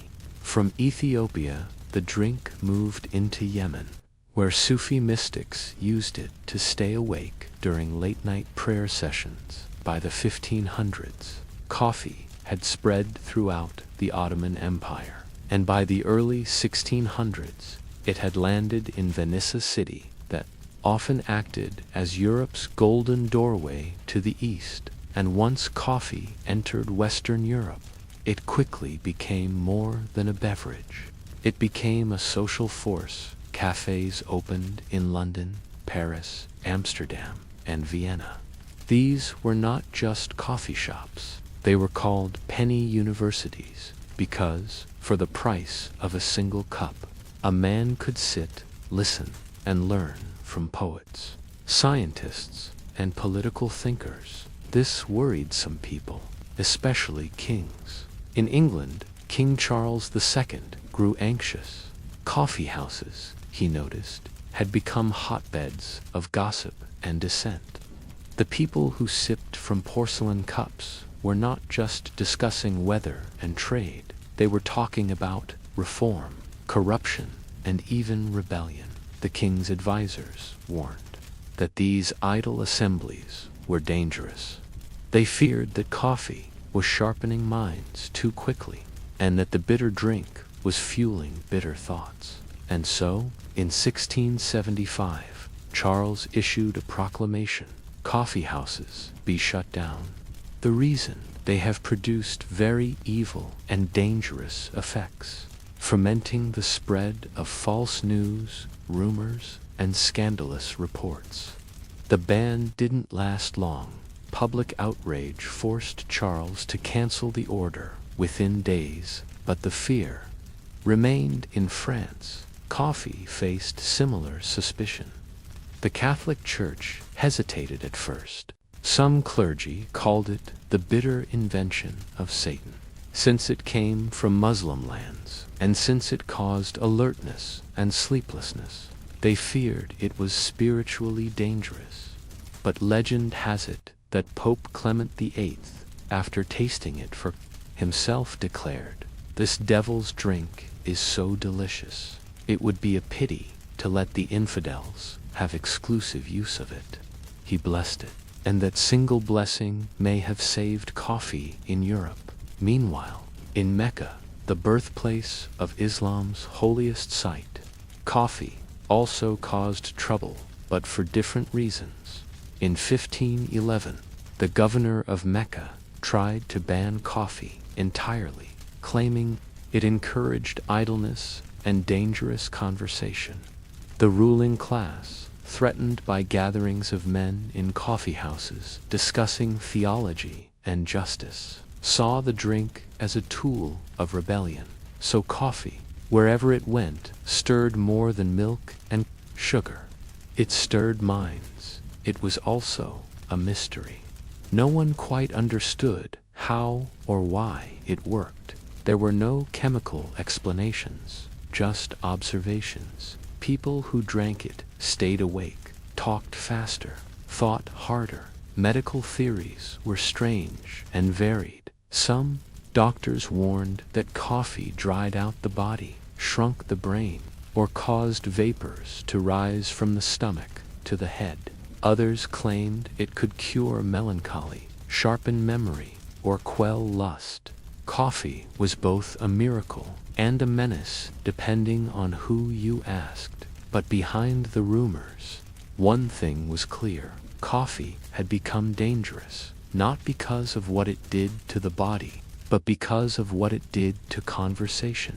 It created spaces tiny, smoky rooms where strangers could speak freely, where books were read aloud, ideas exchanged, and power quietly questioned.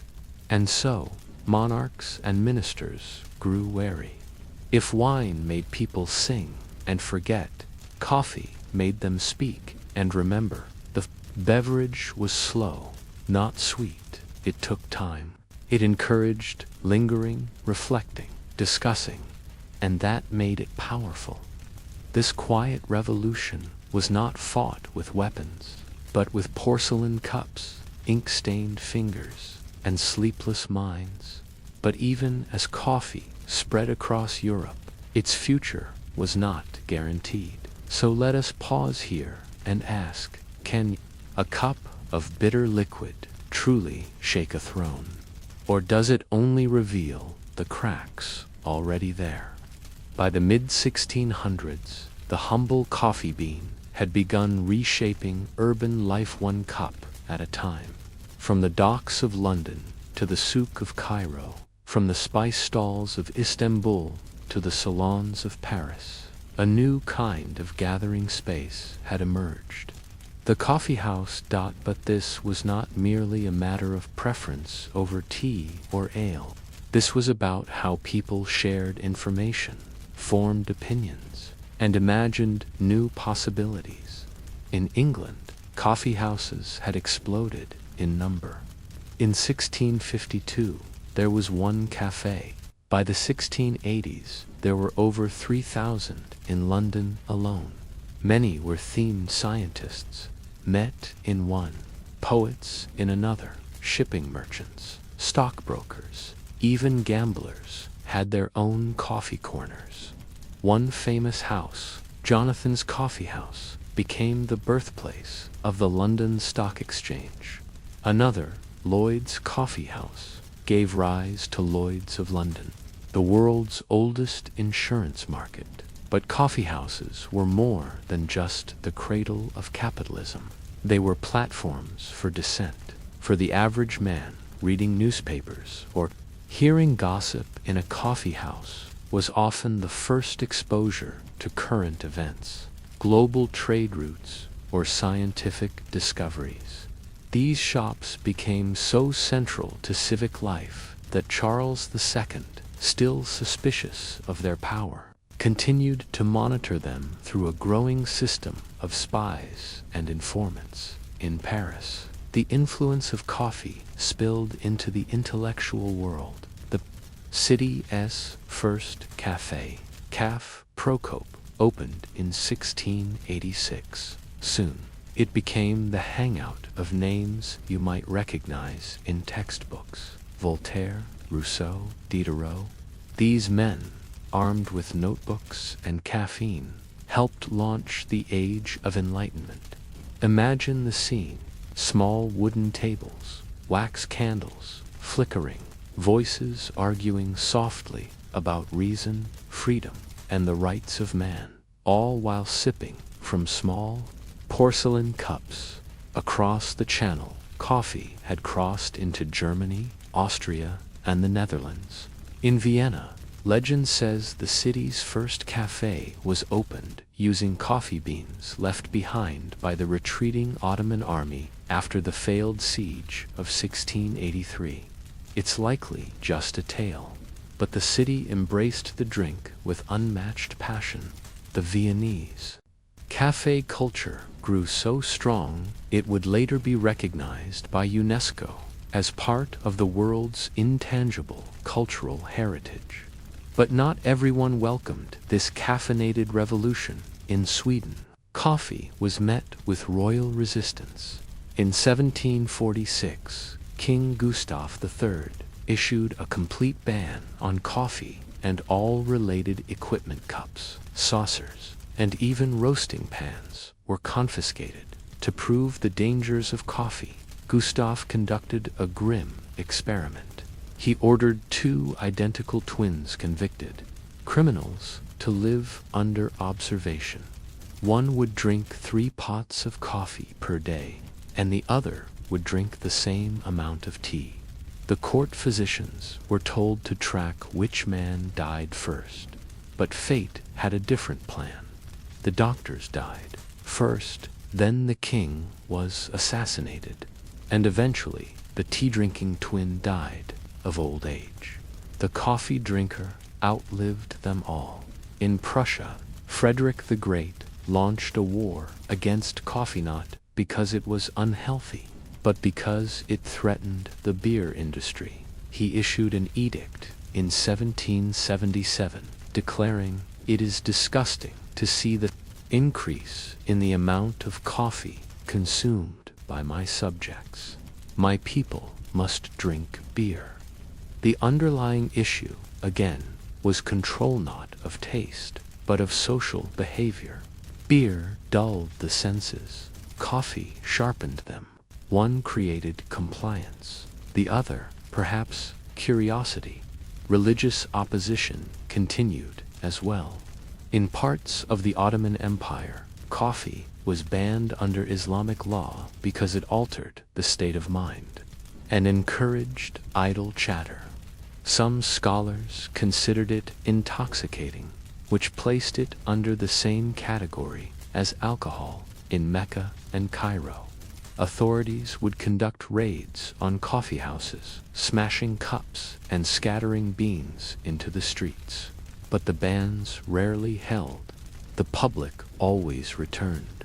The smell, the warmth, the company, these things could not be legislated away. In fact, wherever coffee was banned, it became more desirable. Smugglers emerged. Underground cafes opened behind butcher shops and bookstores. The more rulers pushed back, the more people insisted on their right to sit, sip, and speak. And for the rulers, this was the real threat. It was never just about coffee. It was about a new habit of the Minda, desire to think aloud, to discuss with strangers, to question what one was told. In the age before public libraries, mass printing, or democratic assemblies, the coffee house was a space where intellect and rumor blended, and ideas percolated quietly, far from palace walls. Even women, though often excluded from these male-dominated cafes, found their ways into coffee culture. In France, some salons hosted female philosophers and writers.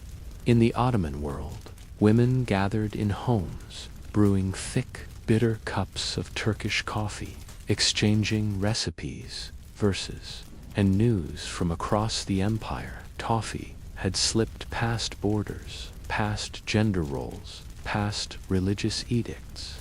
It had become a kind of portable freedom, something you could drink, think with, and pass along. But as the 18th century approached, something strange began to happen. Coffee lost its edge, not because it grew weaker, but because it became normal. Governments realized they couldn't stop it.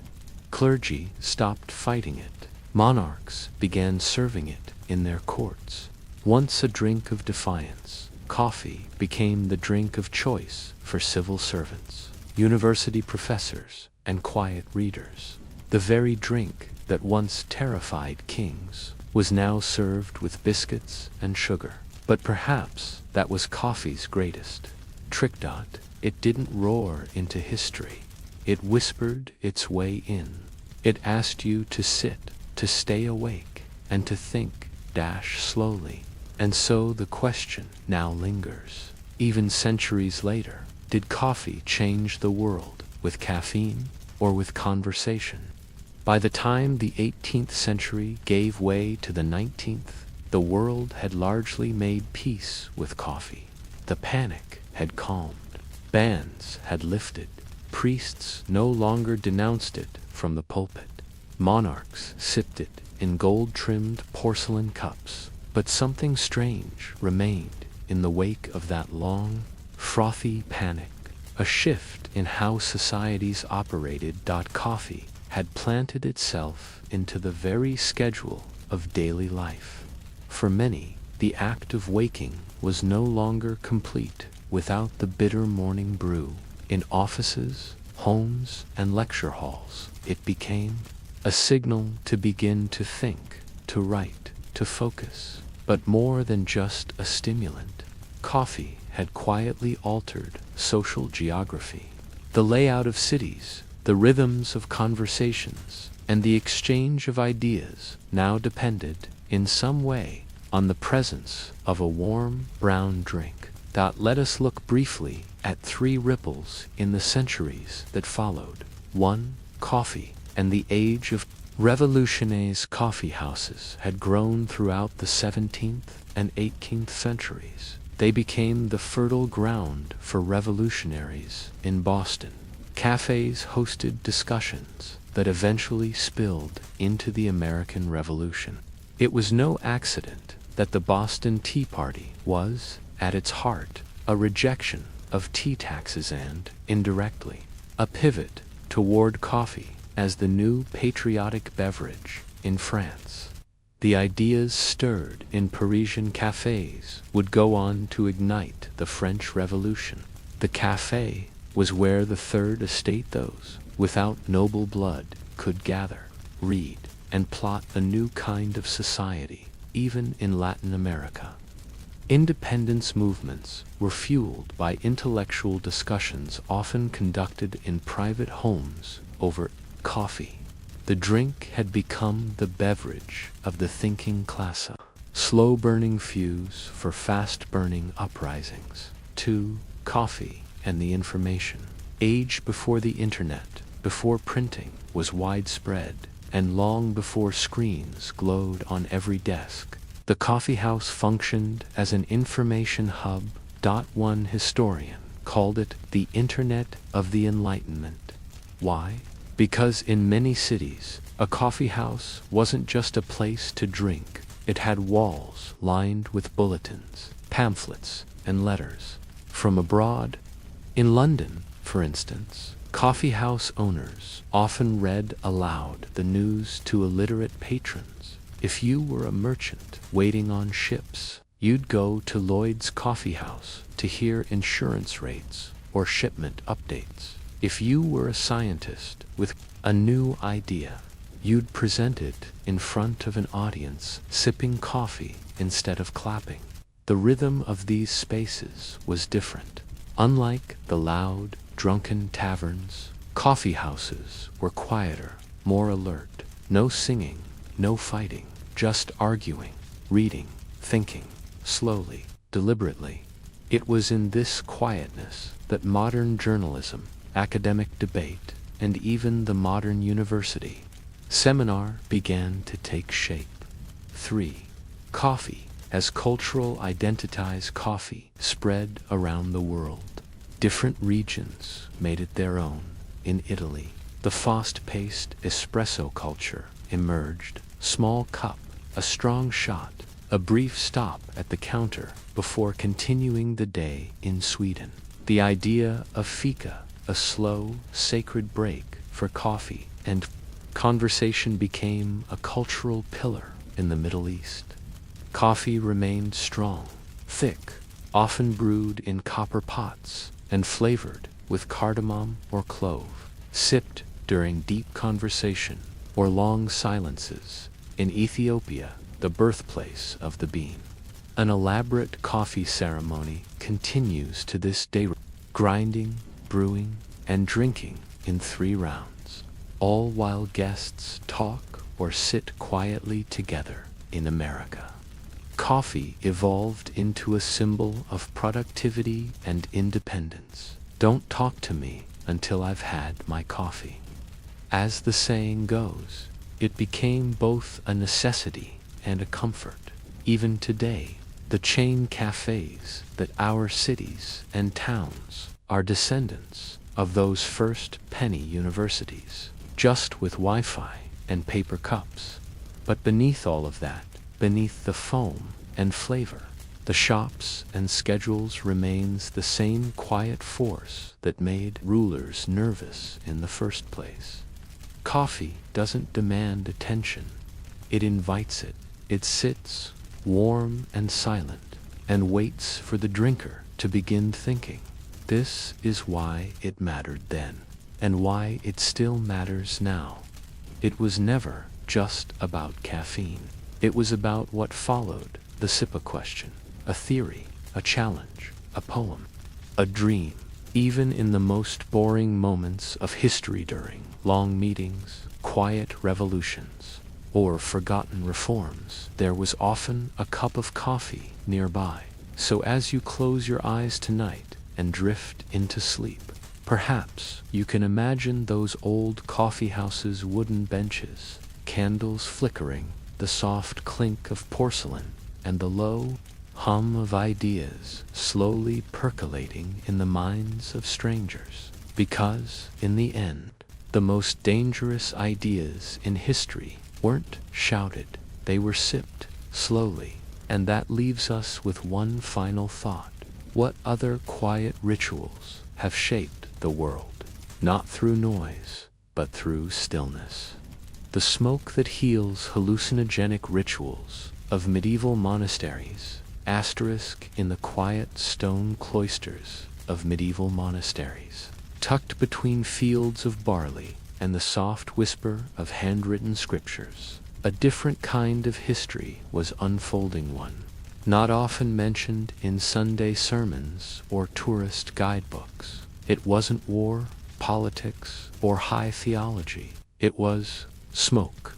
Not the smoke of incense alone, but the quiet, ritualized use of certain herbs, roots, and resins, some mild, some strange, and some with effects that modern science would classify as hallucinogenic.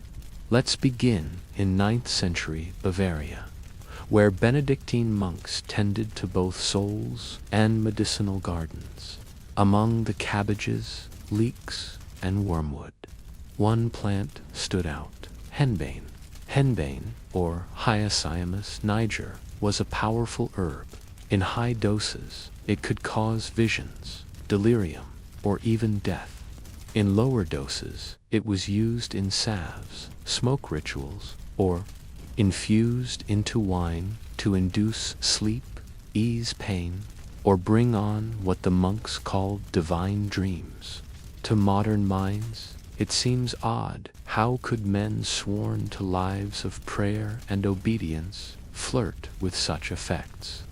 The answer lies in the blurry border between medicine and mysticism. In an age without painkillers or psychology, plants were therapy, ritual, and revelation all in one. Monks were the guardians of ancient Roman medical texts. Works by Dioscorides, Galen, and Pliny listed hundreds of herbs and their spiritual or bodily effects. Among these, mandrake, belladonna, mugwort, and poppy each had a reputation. Mandrake was said to scream when uprooted. Belladonna was linked to visions of angels and demons. Poppy brought sleep and forgetfulness.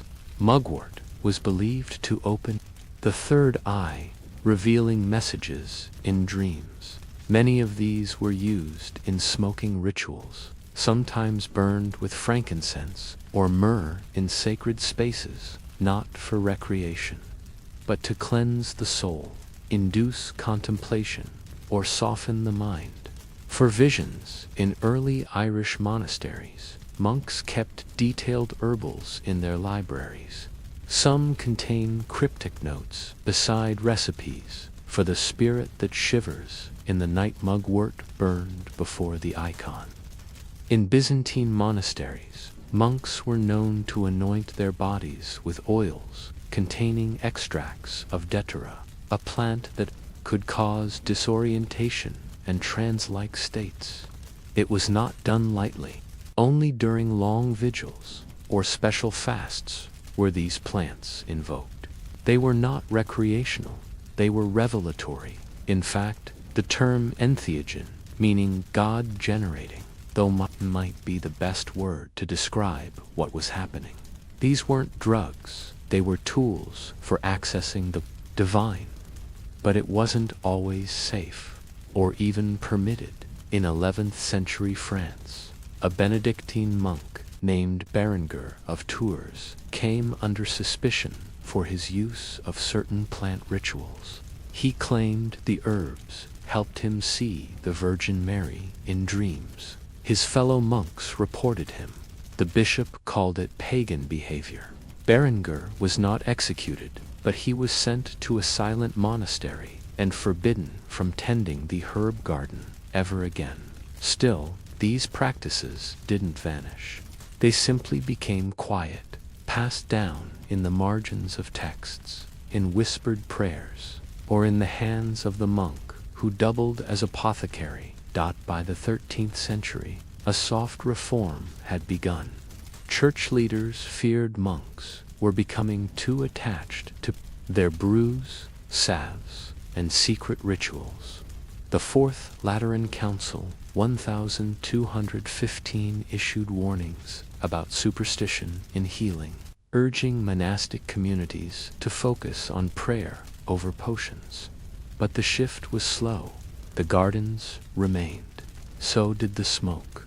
Even in Italy, where monasteries like Monte Cassino were revered centers of theology, monks still distilled poppy wine, rubbed henbane oil onto aching joints, and burned sage, mugwort, and juniper in their cells before long nights of writing. To them, these herbs were gifts, God's pharmacy, grown from the earth, meant to aid both body and soul. Now consider the environment these monks lived in.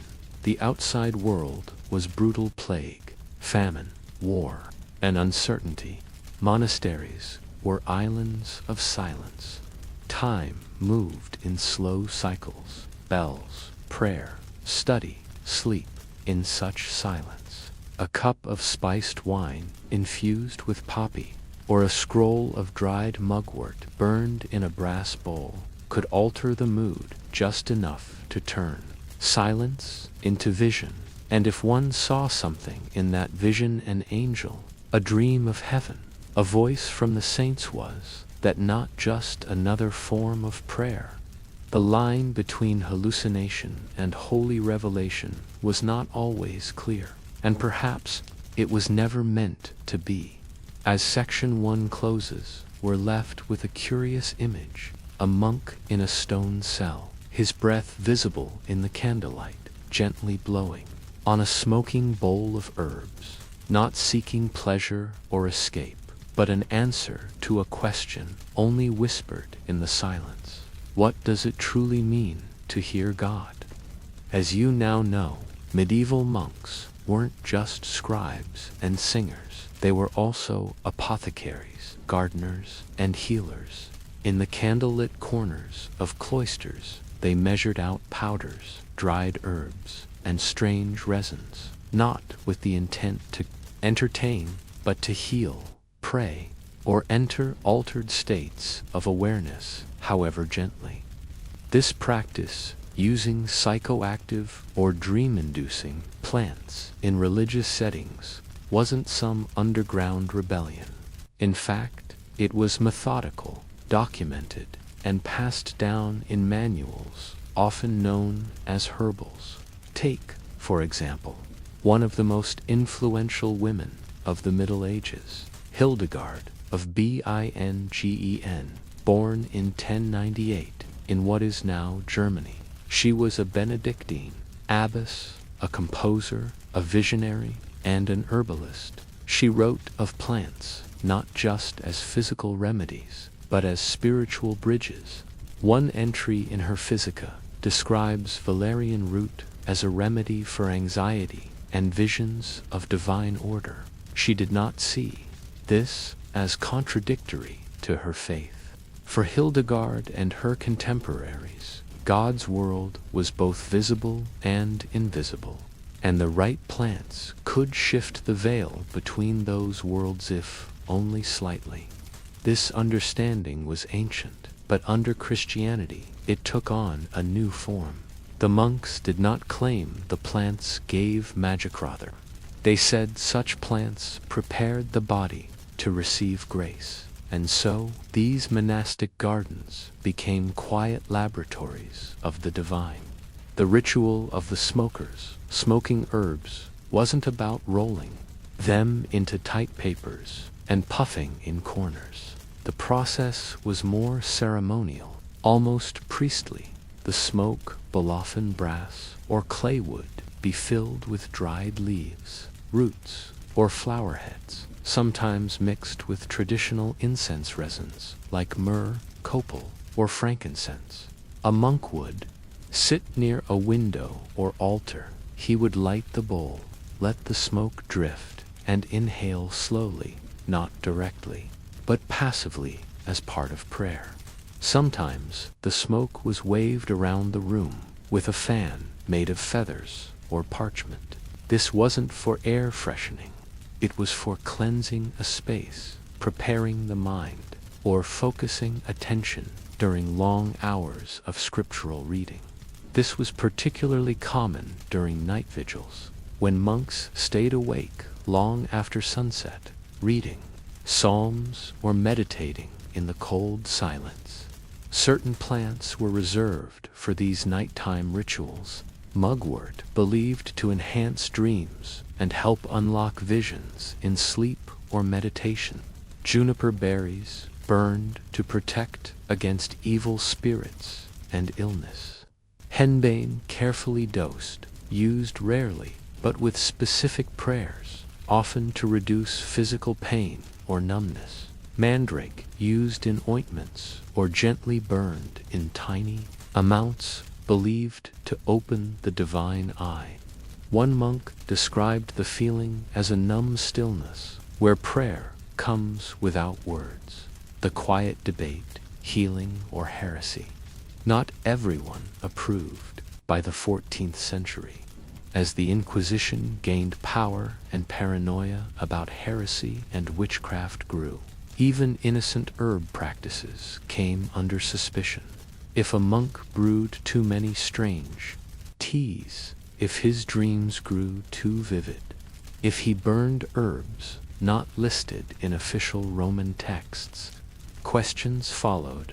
One Dominican prior in Milan in 1332 was accused of using the smoke of pagan origin to draw near to false spirits. He wasn't executed, but his texts were seized. The irony: those herbs had been growing behind the church walls for centuries. Yet, rather than eliminate the practice, it simply became coded, subtle, and safer. For example, a monk might not say, "I used mugwort to invite visions." Instead, he'd write, "A smoke of artemisia eased the weight of contemplation." Others disguised their herbal rituals as medical. "This salve aids the liver," when in fact, it calmed the nerves and made the user slightly dissociated from the physical world, an ideal condition for lengthy, exhausting prayer. In many cases, the herbs weren't even classified as psychoactive in the way modern pharmacology would label them. They were simply warming to the spirit or good for melancholy. But make no mistake, monks knew their effects, and more importantly, they knew how to balance those effects with their vow of obedience, visions, or reactions. Historians today debate how much of the monastic visions were spiritual revelations, and how many were hallucinations caused by herbs. When Hildegard of Bingen described towers of fire, turning wheels of light, and heavenly orbs that hummed, was she encountering the divine? Or was she under the influence of the strong herbs used during her frequent illnesses? The answer might be both. In the medieval mind, there wasn't such a sharp divide. If God created the herbs, and the herbs opened the mind, then surely the visions were really then, if assisted. This is a hard concept for modern thinkers to grasp. Today, natural and supernatural are usually separated. Back then, they intertwined like ivy and stone. Even now, some monasteries quietly preserve these practices, not with henbane or mandrake, but with lavender, rosemary, and sage, still burned at dusk in old copper bowls, not because it's required, but because somewhere deep in the stone memory of the building, smoke still means silence. So, as we leave this second chapter behind, we're left with another quiet question. How much of our spiritual experience is shaped not by belief alone, but by what we breathe, eat, and smell while we believe it? By now, we've wandered through centuries of monastic walls, stood in silent herb gardens, and watched smoke drift across handwritten prayers. But the story of psychoactive plant use in monasteries didn't end with warning counsels or silent reforms. Instead, it gradually faded, like the herbs themselves dried, crushed, and scattered into the corners of memory still. Its effects linger as we enter the later Middle Ages. Say the 15th and 16th centuries, Europe began to undergo massive upheaval: the printing press, the Reformation, new trade routes, the rise of empirical science. The quiet routines of monastery life began to crack under these shifting pressures, and with them, so too faded many of the rituals involving smoke, salves, and sacred herbs. But some traces remained. Let's begin with the pharmacies. Monastic communities in Italy, France, and the Iberian Peninsula began opening their herb collections to outsiders, pilgrims, nobles, and even physicians. What was once a quiet internal practice of preparing infused oils or teas for monks turned into semi-public healing centers. These early pharmacies, like the famous Officina Profumo Pharmaceutica di Santa Maria Novella in Florence, began selling spiritual and medicinal concoctions made from hundreds of plants: lavender tinctures, balm of poppy, rose petal jam for melancholy. Though these seemed tame, the knowledge behind them was ancient, and some ingredients were still known for their mind-shifting effects. In many ways, the monks were bottling centuries of smoky visions, blending them into potions for the public, a slow domestication of the old rituals. The herbal memory of stone. But even as the medical knowledge spread, the spiritual purpose behind the rituals dimmed. Smoke remained part of monastery life, especially incense. But the plants once used for inner vision became purely medicinal or entirely forbidden. Henbane, mandrake, and datura were increasingly classified as witches, herbs, cunning women outside of the monastery. And while they were often persecuted as heretics or witches, forgotten texts, or expelled monks, by the 17th century, these practices were largely extinguished from religious centers.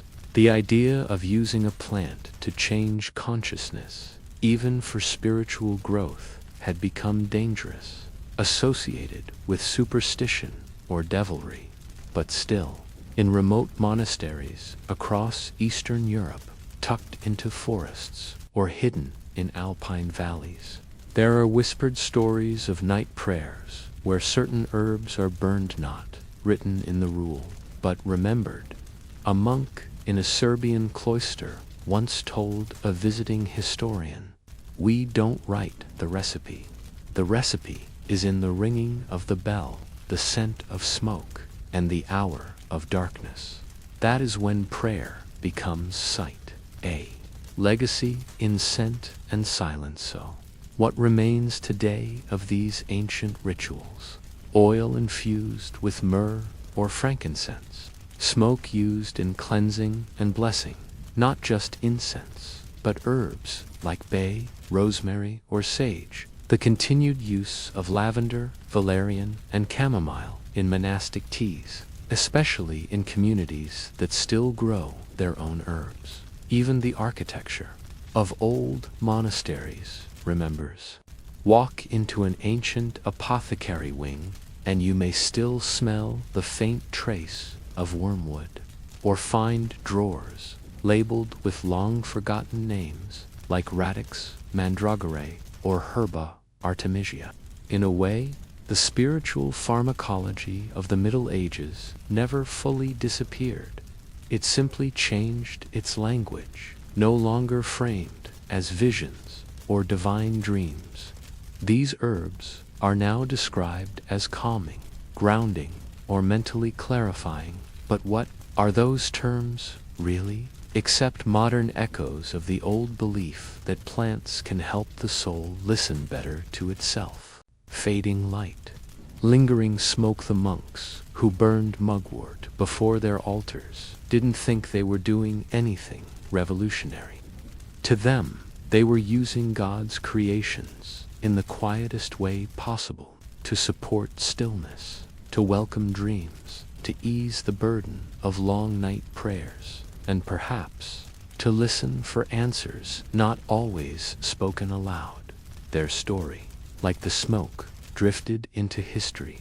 But if you walk through an old monastery at dusk, you might still see the light catching some drifting fragrance. You might still hear a bell echo across a herb garden, and you might still wonder, were they really just burning plants? Or were they just maybe stepping sideways into a forgotten dimension of prayer? The Wine Windows of Florence. Intoxication by Architecture. It's 4 p.m. on a hot summer day in Florence. Sometime in the late 1600s, the streets are dusty. The churches are quiet. The plague has faded, but the memory of it still lingers. A merchant adjusts his hat, walks up to a solid stone wall, and knocks on a tiny wooden shutter, no larger than a book. It creaks open. A hand appears, holding a ceramic flask filled with red wine. No words are exchanged. No prices are negotiated. He places a few coins in a shallow tray below the hole, takes the wine, nods once, and leaves. The shutter closes. Silence. You've just witnessed a transaction through what was called a buchetta del vino, a wine window, and while it might seem like an odd bit of architecture today, in its time it was a genius solution to a very human problem: how to get drunk while minimizing human contact. It may sound like the setup to a modern pandemic joke, but these wine windows were reland, surprisingly common. Over 160 of them still exist in Florence today, many sealed, some still operational, all whispering of a time when the need for a buzz met the fear of contagion. Wine, commerce, and contagion to understand how these tiny stone openings came to be. We need to look back to a very specific moment in Tuscan history. By the 1500s, Florence was bursting with wealth and invention. The Renaissance was in full swing. Art thrived. Commerce ruled. But there was a problem brewing under the surface, one that wasn't as romantic as marble statues or oil paintings. Epidemics. The plague, known as the Black Death, still surged through the population in waves. Florence had already been devastated in the 1300s, and minor outbreaks continued for centuries. And then came the 1630s, one of the worst outbreaks yet. Public gatherings were limited. Shopkeepers feared touching coins. Families isolated themselves. But here's the thing, people still wanted their wine. Enter the wine window. These little hatches, sometimes built into grand palazzos, sometimes carved quietly into garden walls, allowed wealthy landowners who sold wine directly from their estates to serve the public while avoiding face-to-face interaction. They were perfect for the moment. Customers could knock, pay, and drink all without stepping inside a tavern or even looking another person in the eye. And it wasn't just about health. There were tax benefits too. Selling wine directly from a noble family's private stock rather than through public vendors, allowed them to avoid middlemen and sometimes avoid taxation altogether. The design of discretion. Most wine windows were uniform in size, roughly 12 inches tall and 8 inches wide, just enough to fit a bottle or flask. They were placed at elbow height, low enough for a standing person to reach comfortably, but high enough to feel secure. Some had stone borders, others were framed with wooden shutters or even small iron gates behind the wall. A room, usually part of a private cellar, where a servant would stand ready with flasks or jugs, waiting for the next polite knock. Some wine windows were labeled with tiny inscriptions, like Vino Buono or Per il Popolo, good wine for the people. Others had family crests, marking which noble house offered the goods. It was a system based on trust, but also privacy. The goal wasn't to make friends. It was to transact quickly, quietly, and cleanly. What's fascinating is that this wasn't just a pandemic gimmick. These windows predate the worst outbreaks and continued after they were about controlling access, managing social distance, and keeping trade flowing even when sickness stalked the streets. The idea of knocking on a stone wall to buy wine might sound quaint, almost charming, but in Renaissance Florence, everything had a reason, especially when it came to wine. Behind each tiny wine window was a business model, and behind that, an entire social system. To understand how these humble little shutters shaped a city, we must follow the coin, not just the cork. Let's begin with the landowners in Florence. Many wealthy families, like the Antinori, Frescobaldi, and Ricasoli, didn't just sit in city palazzas and count money. They owned vast vineyards in the Tuscan countryside, producing more wine than they could ever drink themselves. These noble estates often had direct supply chains, grapes picked in Chianti, crushed and stored in massive wooden barrels, then carted into the city via mule or ox. Selling that wine to the public meant profit, but opening a tavern that was beneath their class. So they found a loophole.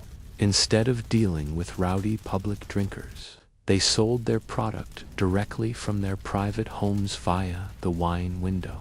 It was clean, efficient, and surprisingly modern, like a drive-through, centuries ahead of its time. Who bought the wine? The typical customer was not the peasant or the pauper. Wine windows were built into urban walls, meaning they mostly served townspeople, artisans, guild members, scribes, tailors, minor merchants. These were middle-class drinkers who wanted good wine, maybe a little privacy, and perhaps, most importantly, a clean transaction. Taverns were often associated with noise, violence, and disease. You could catch more than gossip in a crowded wine, hall-less fever, or worse. But a wine window, it was safe. It didn't carry the same moral weight as drinking in public. You didn't linger. You didn't flirt with barmaids or argue with drunk masons. You just drank and left. And yet, over time, a culture grew around them. Young lovers met beside wine windows to sip and whisper. Artists drank quietly before beginning their frescoes. Even clergy might pause and refresh themselves, guilt-free. The wine window became something between a vending machine and a social, soft, spot-low drama. Low profile, low risk, rules, licenses, and loopholes. You might wonder, did the city of Florence regulate this? After all, hundreds of tiny windows dispensing alcohol seems like a recipe for confusion. Indeed, there were laws. Florentine statutes in the 1500s and 1600s laid out specific guidelines for private wine sales. Landowners had to apply for licenses to sell directly from their homes. The amount sold was often limited per customer, and taxes still applied in many cases. But, like all rules in Renaissance Italy, there was room for interpretation. Some families sold wine quietly, avoiding inspectors. Others struck deals with local officials. A few even disguised wine sales as religious donations, with customers offering alms in exchange for refreshment. In times of plague, the rules shifted again. City officials encouraged wine windows, seeing them as a healthier alternative to crowded taverns. Transactions through a hole in the wall. That was public health innovation, 17th century style, and so the system endured. A city of holes by the late 1600s, hundreds of Bacchette del Vino dotted Florence. Some were carved discreetly into side alleys. Others were placed along grand streets near markets and churches. A few bore family emblems carved in stone or painted above the opening island, advertisements of noble identity, and each one had its character. Some had tiny bells for summoning the wine server. Others used wooden knockers, or even simple hand signals. 3 taps meant Chianti 2 for Vernaccia. Some windows operated only at certain times of day. Others were always open, like nocturnal confidants of the thirsty and discreet. It's not hard to imagine a moonlit street, a cloaked figure stepping to a shutter, the brief glint of coin, and then a hand offering liquid consolation. But the story wasn't just about elegance or ingenuity. It was also about control. Control over who got to sell, who got to drink, who got to profit. The wine windows excluded tavern keepers, many of whom protested the loss of business. They bypassed guild rules, sidestepped some taxes, and, in doing so, concentrated power back in the hands of the noble class. They democratized access to wine but also reinforced the existing hierarchy. A clever device, a social statement, and a subtle reinforcement of who owned what and who served whom. So why did they vanish? By the 18th and 19th centuries, many wine windows began to disappear. Not literally, they were too well built for that, but functionally. The habits changed. Florence modernized. Taverns became safer. Indoor plumbing and new city laws altered the flow of alcohol sales. And noble families, many lost power or merged with industrial society, shifting from feudal estates to banks, railways, or political offices. The wine window became quaint, decorative, even forgotten. Some were sealed with stone or plastered over, their purpose lost for decades, but a few lingered, waiting patiently for memory to return. And in recent years, memory has indeed returned. During the COVID-19 pandemic, at least one Florentine cafe reopened its centuries-old wine window to serve espresso, gelato, and yes, why not, a safe distance. Photos of masked baristas reaching through stone shutters went viral, and suddenly the Bacchette were not relics, they were relevant again. So what do we make of this? Are wine windows just curious bits of architecture? Or are they, perhaps, a quiet reminder that even in crisis, humans always find a way to share a drink? And when you drink without ever seeing the server do, you drink alone. A narrow alley, a shutter in stone, a hand, a bottle, and the briefest of exchanges. What seems like a detail too small to matter actually holds a world of meaning. Florence's wine windows weren't simply ways to avoid disease or taxes. They were expressions of a particular social rhythm, one rooted in caution, discretion, and the persistent desire for wine. But more than anything, they were about adaptation. Florence was no stranger to disaster. Plagues came and went, often returning. In deadlier waves, the city's political climate fluctuated, like the Arno River, sometimes generous, sometimes treacherous. And in the midst of it all, the Florentine people kept their customs alive. Through quiet invention, drinking became private. Hospitality became anonymous. Commerce passed through stone and silence. Over time, some wine windows became ornaments, repurposed as mail slots or flower holders. Others were mistaken for medieval chimneys or ventilation ports. Few knew what they were, for until historians began piecing the clues together. In the early 2000s, Bouquet del Vino, a society devoted to tracking, documenting, and preserving wine windows across Tuscany. They've cataloged over 290 so far, mostly in Florence, but also in nearby towns like Lucca and Siena. Each one is unique. Some have iron, rings for hanging small jugs. Others still bear the worn fingerprints of hundreds of years of knocks and exchanges. They aren't just holes in the wall. They're artifacts of quiet resilience. A Florentine kind of high. Let's pause here and ask, what does this have to do with getting high in medieval times? After all, this wasn't the smoky high of hashish in Cairo, or the opium haze of Ming China. This was different. In Florence, intoxication wasn't celebrated in the streets. It was quiet, controlled, polite-like. Much of the Renaissance world, where elegance and order were prized even in vice, the wine windows were the physical manifestation of moderation.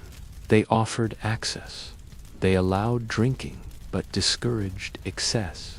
They delivered pleasure without performance. If other cultures used mind-altering substances to escape, even in chaos, getting high through a wine window wasn't about transcendence. It was about preserving normalcy, and perhaps that's its own kind of intoxication. The calm and measured buzz of a city trying not to fall apart. The return of the window then came 2020. As the COVID-19 pandemic swept across Europe, Florence, like every other city, closed its doors. Cafes shuttered. Bars went quiet. Tourism vanished. But something peculiar happened. A few enterprising cafe owners, aware of the history sealed into their walls, reopened the wine windows. Photos appeared online. Whole. A man receiving a gelato cone through a carved stone frame. Social distancing through Renaissance design. The world was charmed. News outlets wrote about the windows with nostalgia and awe. TikTok and Instagram spread videos. Tourists began hunting them like Easter eggs when the city reopened suddenly.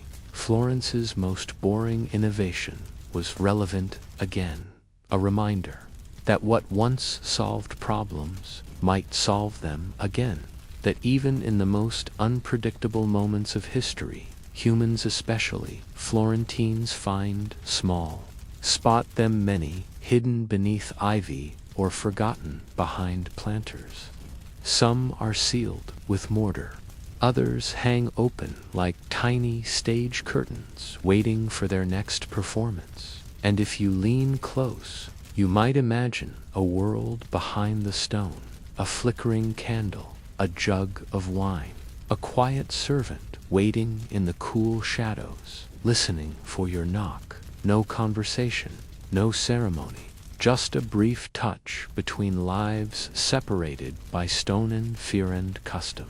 And isn't that the most Florentine thing of all? To engineer connection where it's least expected, to offer wine and keep distance, to elevate the boring into something quietly brilliant. So the next time you walk by a shutter in a wall, small and low and unassuming, ask yourself, is this just a hole?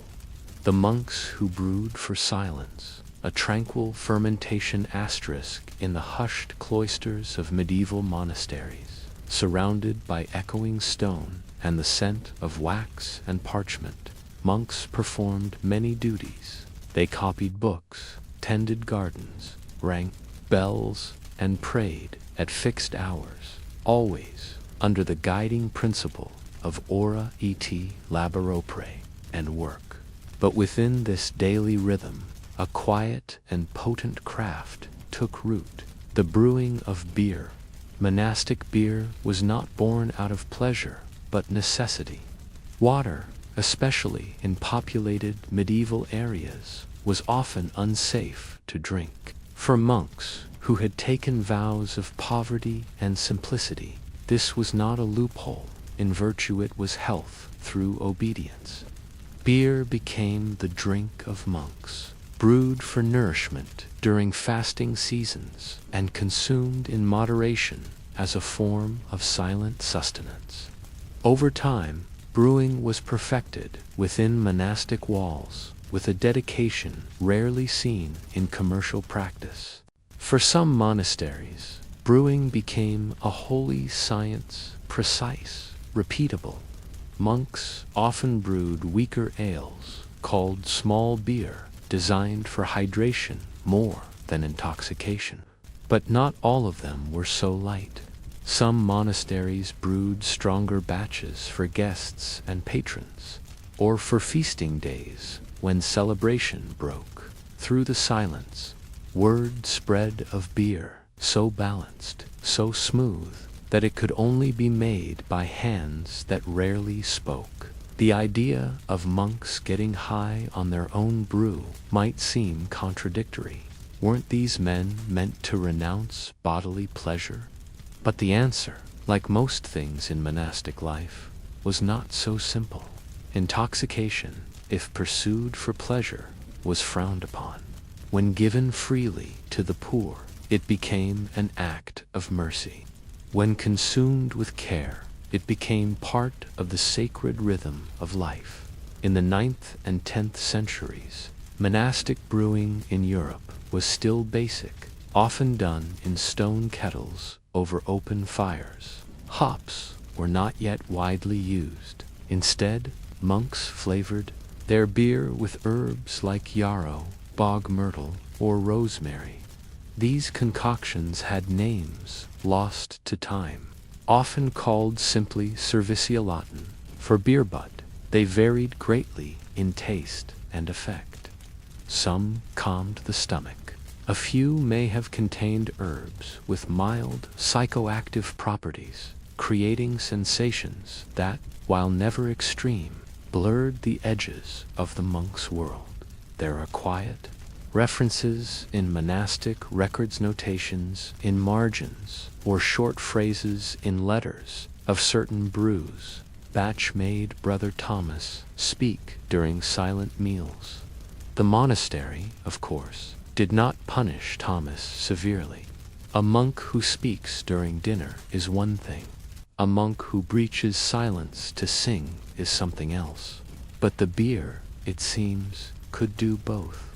In a life where words were measured and moments were orderly, a drink that made time soften and laughter easier was both gift and danger. Over the centuries, brewing in monasteries became more refined. By the 12th century, some abbeys had developed designated brewhouses, staffed by lay brothers who handled the labor, while choir monks focused on prayer. This separation of labor allowed for scale. Some monasteries sold beer to local townsfolk or to traveling pilgrims, and, as a result, beer became part of the monastery's economic engine. Each batch was made as if for God himself, carefully, quietly, and without vanity.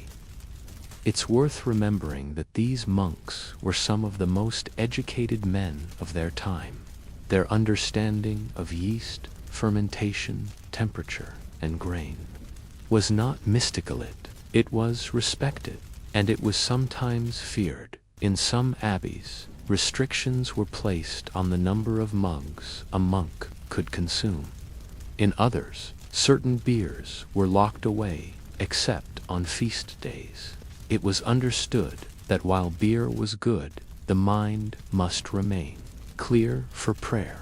He might drift during vespers, or worse, become light-hearted at inappropriate moments. And yet the line was never fully clear. At what point does comfort become indulgence? At what moment does a sip become sign? The monastic world, so rigid on the surface, was full of quiet allowances. A little extra porridge for the old, a second mug of ale on a cold night. When a brother was sick, beer was his medicine. When fasting days grew long and the stomach ached, beer filled the emptiness. It was liquid bread, after all, a silent blessing in a dark cup. Today, many of the most famous Trappist and Benedictine beers still follow the recipes first perfected in those medieval brewhouses. Chimay, Westmail, and Orval. The names are modern, but the spirit is old. These beers still begin in prayer. They still reflect a monastic vision of balance, moderation, and deep, unhurried care. So, the next time you taste a beer that feels unusually smooth, unusually calming, consider where it might come from, not just geographically, but spiritually. It might be the echo of a world where time was slow, silence was sacred, and getting just a little bit high was not indulgence, but a quiet grace. And then ask yourself, in a world that never stops talking, is there something intoxicating about silence itself? By the 12th century, monastic brewing had quietly become one of the most consistent and advanced traditions in Europe. The monks, guided by their strict daily routines and meticulous note-taking, were now some of the continent's most skilled brewers. Brewing wasn't just a side job, it had become a specialized science, deeply rooted in discipline, timing, and observation. And yet, the final product retained that peculiar mixture of simplicity and spiritual elegance that only a cloistered life could produce. In places like the beer was both an act of community and an act of solitude. The monks brewed in silence, stirred in silence, and cleaned the copper kettles in silence. A spiritual discipline. Brewing allowed them to reflect, while their hands worked something highly valued in monastic tradition. The fermentation process was seen almost as a divine mystery. Herbs or hops, but the way the beer transformed in the cask was left up to God. They believed that patience was part of the recipe. Rushing meant disrespect. And over time, beer became not just a beverage, but an outcome of devotion itself. Some abbeys had beers specifically brewed for different purposes: settle the stomach and hydrate the body. A slightly stronger feast beer was poured on saints' days and holy celebrations, and a rare, rich brew was saved for honored guests or nobles who visited the abbey. Even then, monks rarely drank for pleasure. They didn't enjoy it. There are records, short notes, letters, and even complaints about batches that turned out poorly, or others that were especially good. Smooth that the brothers smiled during sex. Another records that the feast beer of a particular Easter led to early laughter and late prayers. These were not rebukes, just reminders of the delicate balance the monks walked every day between body and soul. 12th and 13th centuries, thanks in part to monastic experimentation, hops added not only bitterness but also preservation, making it possible to store beer longer and ship it farther. Some abbeys traded beer with nearby villages or sent casks as gifts to bishops, abbots, or even kings. A well-brewed monastic beer became a quiet symbol of prestige. But as with anything valuable, brewing came under scrutiny. Church leaders occasionally questioned whether monks were becoming too involved in secular business. Was selling beer compatible with a vow of poverty? Was enjoying it too much a threat to celibacy or humility? These debates echoed through synods and letters, but in practice, the monks rarely strayed from their purpose. Their beer remained modest in strength, consumed in moderation, and wrapped in quiet ritual. For the monks themselves, beer was not an escape, it was a way of grounding. After long hours of chanting psalms, walking cold stone floors, and working in bitter wind or sweltering sun, a warm mug of ale brought the body back into balance. Comfort mattered deeply. Sometimes the monks added herbs known to calm the nerves, like lemon balm, sage, or even small amounts of poppy. In the cold silence of winter vespers, one might imagine a brother slowly sipping such a drink before retiring to his narrow wooden. In Bavaria and the Rochefort Monastery in Belgium, each developed local followings. Their beers traveled, even when their monks didn't. Merchants, pilgrims, and messengers brought stories of the taste, the texture, and the almost mystical calm that followed a mug of monastic ale.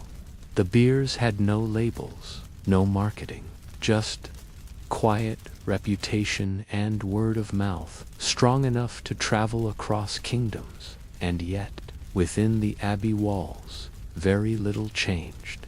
Brewing remained a sacred duty. Recipes were handed down through generations, often guarded closely. There are stories, almost legends, of monks who refused to share their techniques even under threat. His brewing notes into pieces and ate them when he feared an invading army would steal the secret. While the truth of such tales may be thin, they point to how seriously monks took their craft, not out of pride, but because they believed the beer was part of their ministry. To give it away carelessly would be to give away something sacred. And here is where things become a little blurry, because in this sacred drink, brewed with care, devotion, and silence, there lay a subtle contradiction. Avoid worldly pleasures, and yet they had created something so soothing, so satisfying, that even the secular world longed for it. The beers were not strong, but they were effective. They calmed the mind. They softened the edges of cold days. They made the silence feel warm instead of empty. In this way, perhaps, the monks had created a new kind of high, not one that lifted the soul toward visions, nor one that drowned sorrows in revelry, but one that gently pulled the mind into stillness, into quietude, into focus, and that, for monks, was as close to bliss as one could reasonably reach. But even in this quiet tradition, change was coming. Plagues would sweep through Europe. Reformers would rise. Empires would collapse and rise again. Times, monasteries would either adapt or disappear. What would happen to monastic brewing when the silence was broken, not by bells, but by war and reform? The stillness of monastic brewing was never immune to the clamor of the outside world. Though the monks lived within cloistered walls, history, like a slow, inevitable tide, always found its way in. By the 14th century, the world beyond, the abbey was growing louder, more restless, more questioning. Plague, famine, and war rolled across Europe in devastating waves, and monastic life, once seen as a refuge of peace and order, became less insulated. The Black Death, which reached its brutal peak between 1347 and 1351, devastated the populations of many monks. Entire communities were lost, their chants silenced, their brewing kettles left to rust. Some abbeys that had once produced thousands of gallons of beer per year became empty shells, their cellars dry, their recipes forgotten. Where once beer had symbolized order, nourishment, and spiritual routine, it now marked absence. The barrels did not overflow, they stood still. The quiet rhythm of brewing was broken. In the aftermath, the monasteries that did survive often found themselves changed. Some, short on monks and resources, brought in lay workers to continue the brewing tradition. The act itself remained the same: grains, water, fermentation, but something shifted in spirit. Beer became more of a product, less of a prayer. It was still made with care, but now with urgency too. Townspeople relied on it. It brought income. The monastery needed it to stay alive. And then came the Reformation. In the early 1500s, across much of Europe, reformers began questioning not just church hierarchy, but monastic life itself. Why did monks live apart? Why did they own land? And why, critics asked, were they brewing and selling beer at all? Two reformers like Martin Luther, a former monk himself, the idea of cloistered religious life seemed to separate from the gospel. In the eyes of many, monks were idle. Brewing, once seen as holy work, became suspect. As Protestantism spread, monasteries were dissolved, some by force, others by decree. In England, under King Henry VIII's dissolution of the monasteries, 1536 to 1541, centuries-old abbeys were sacked, their stones torn down, their books burned, their monks cast into the streets or scattered across villages. Their beer kettles were sold for scrap. Their recipes, if not smuggled out or memorized, vanished with them. And yet, the story didn't end there. In Catholic regions of Europe, especially in Belgium, parts of France, and southern Germany, monastic brewing quietly endured. The Counter-Reformation strengthened some abbeys, giving them new purpose and support. New monasteries were founded, old ones rebuilt, and through this revival, brewing remained central, not just as income, but as identity. These monasteries saw beer not as a luxury, but as continuity, a sign that tradition could persist even when the world cracked. Some orders became famous anew. The Trappists, a stricter branch of the Cistercians, took brewing to extraordinary levels of purity. Their rules were clear. Monks must be involved in every step of production. Profits must go only to the monastery and charitable works. And the beer must never compromise their vows. In this way, beer once again became prayer in liquid form, modest, deliberate, and offered with both humility and craft. Today, the legacy of those medieval monks lives on, not just in the bottles of Chimay, Orval, or Rochefort, but in the deeper, slower ethic they represent. These beers are still brewed behind monastery walls by men who keep silence, rise early, and work not for fame or money, but for balance. Each bottle carries not just flavor, but time of patience you can taste. a stillness that hums beneath the surface. And yet, one can't help but wonder what those early monks would think of today's craft beer culture.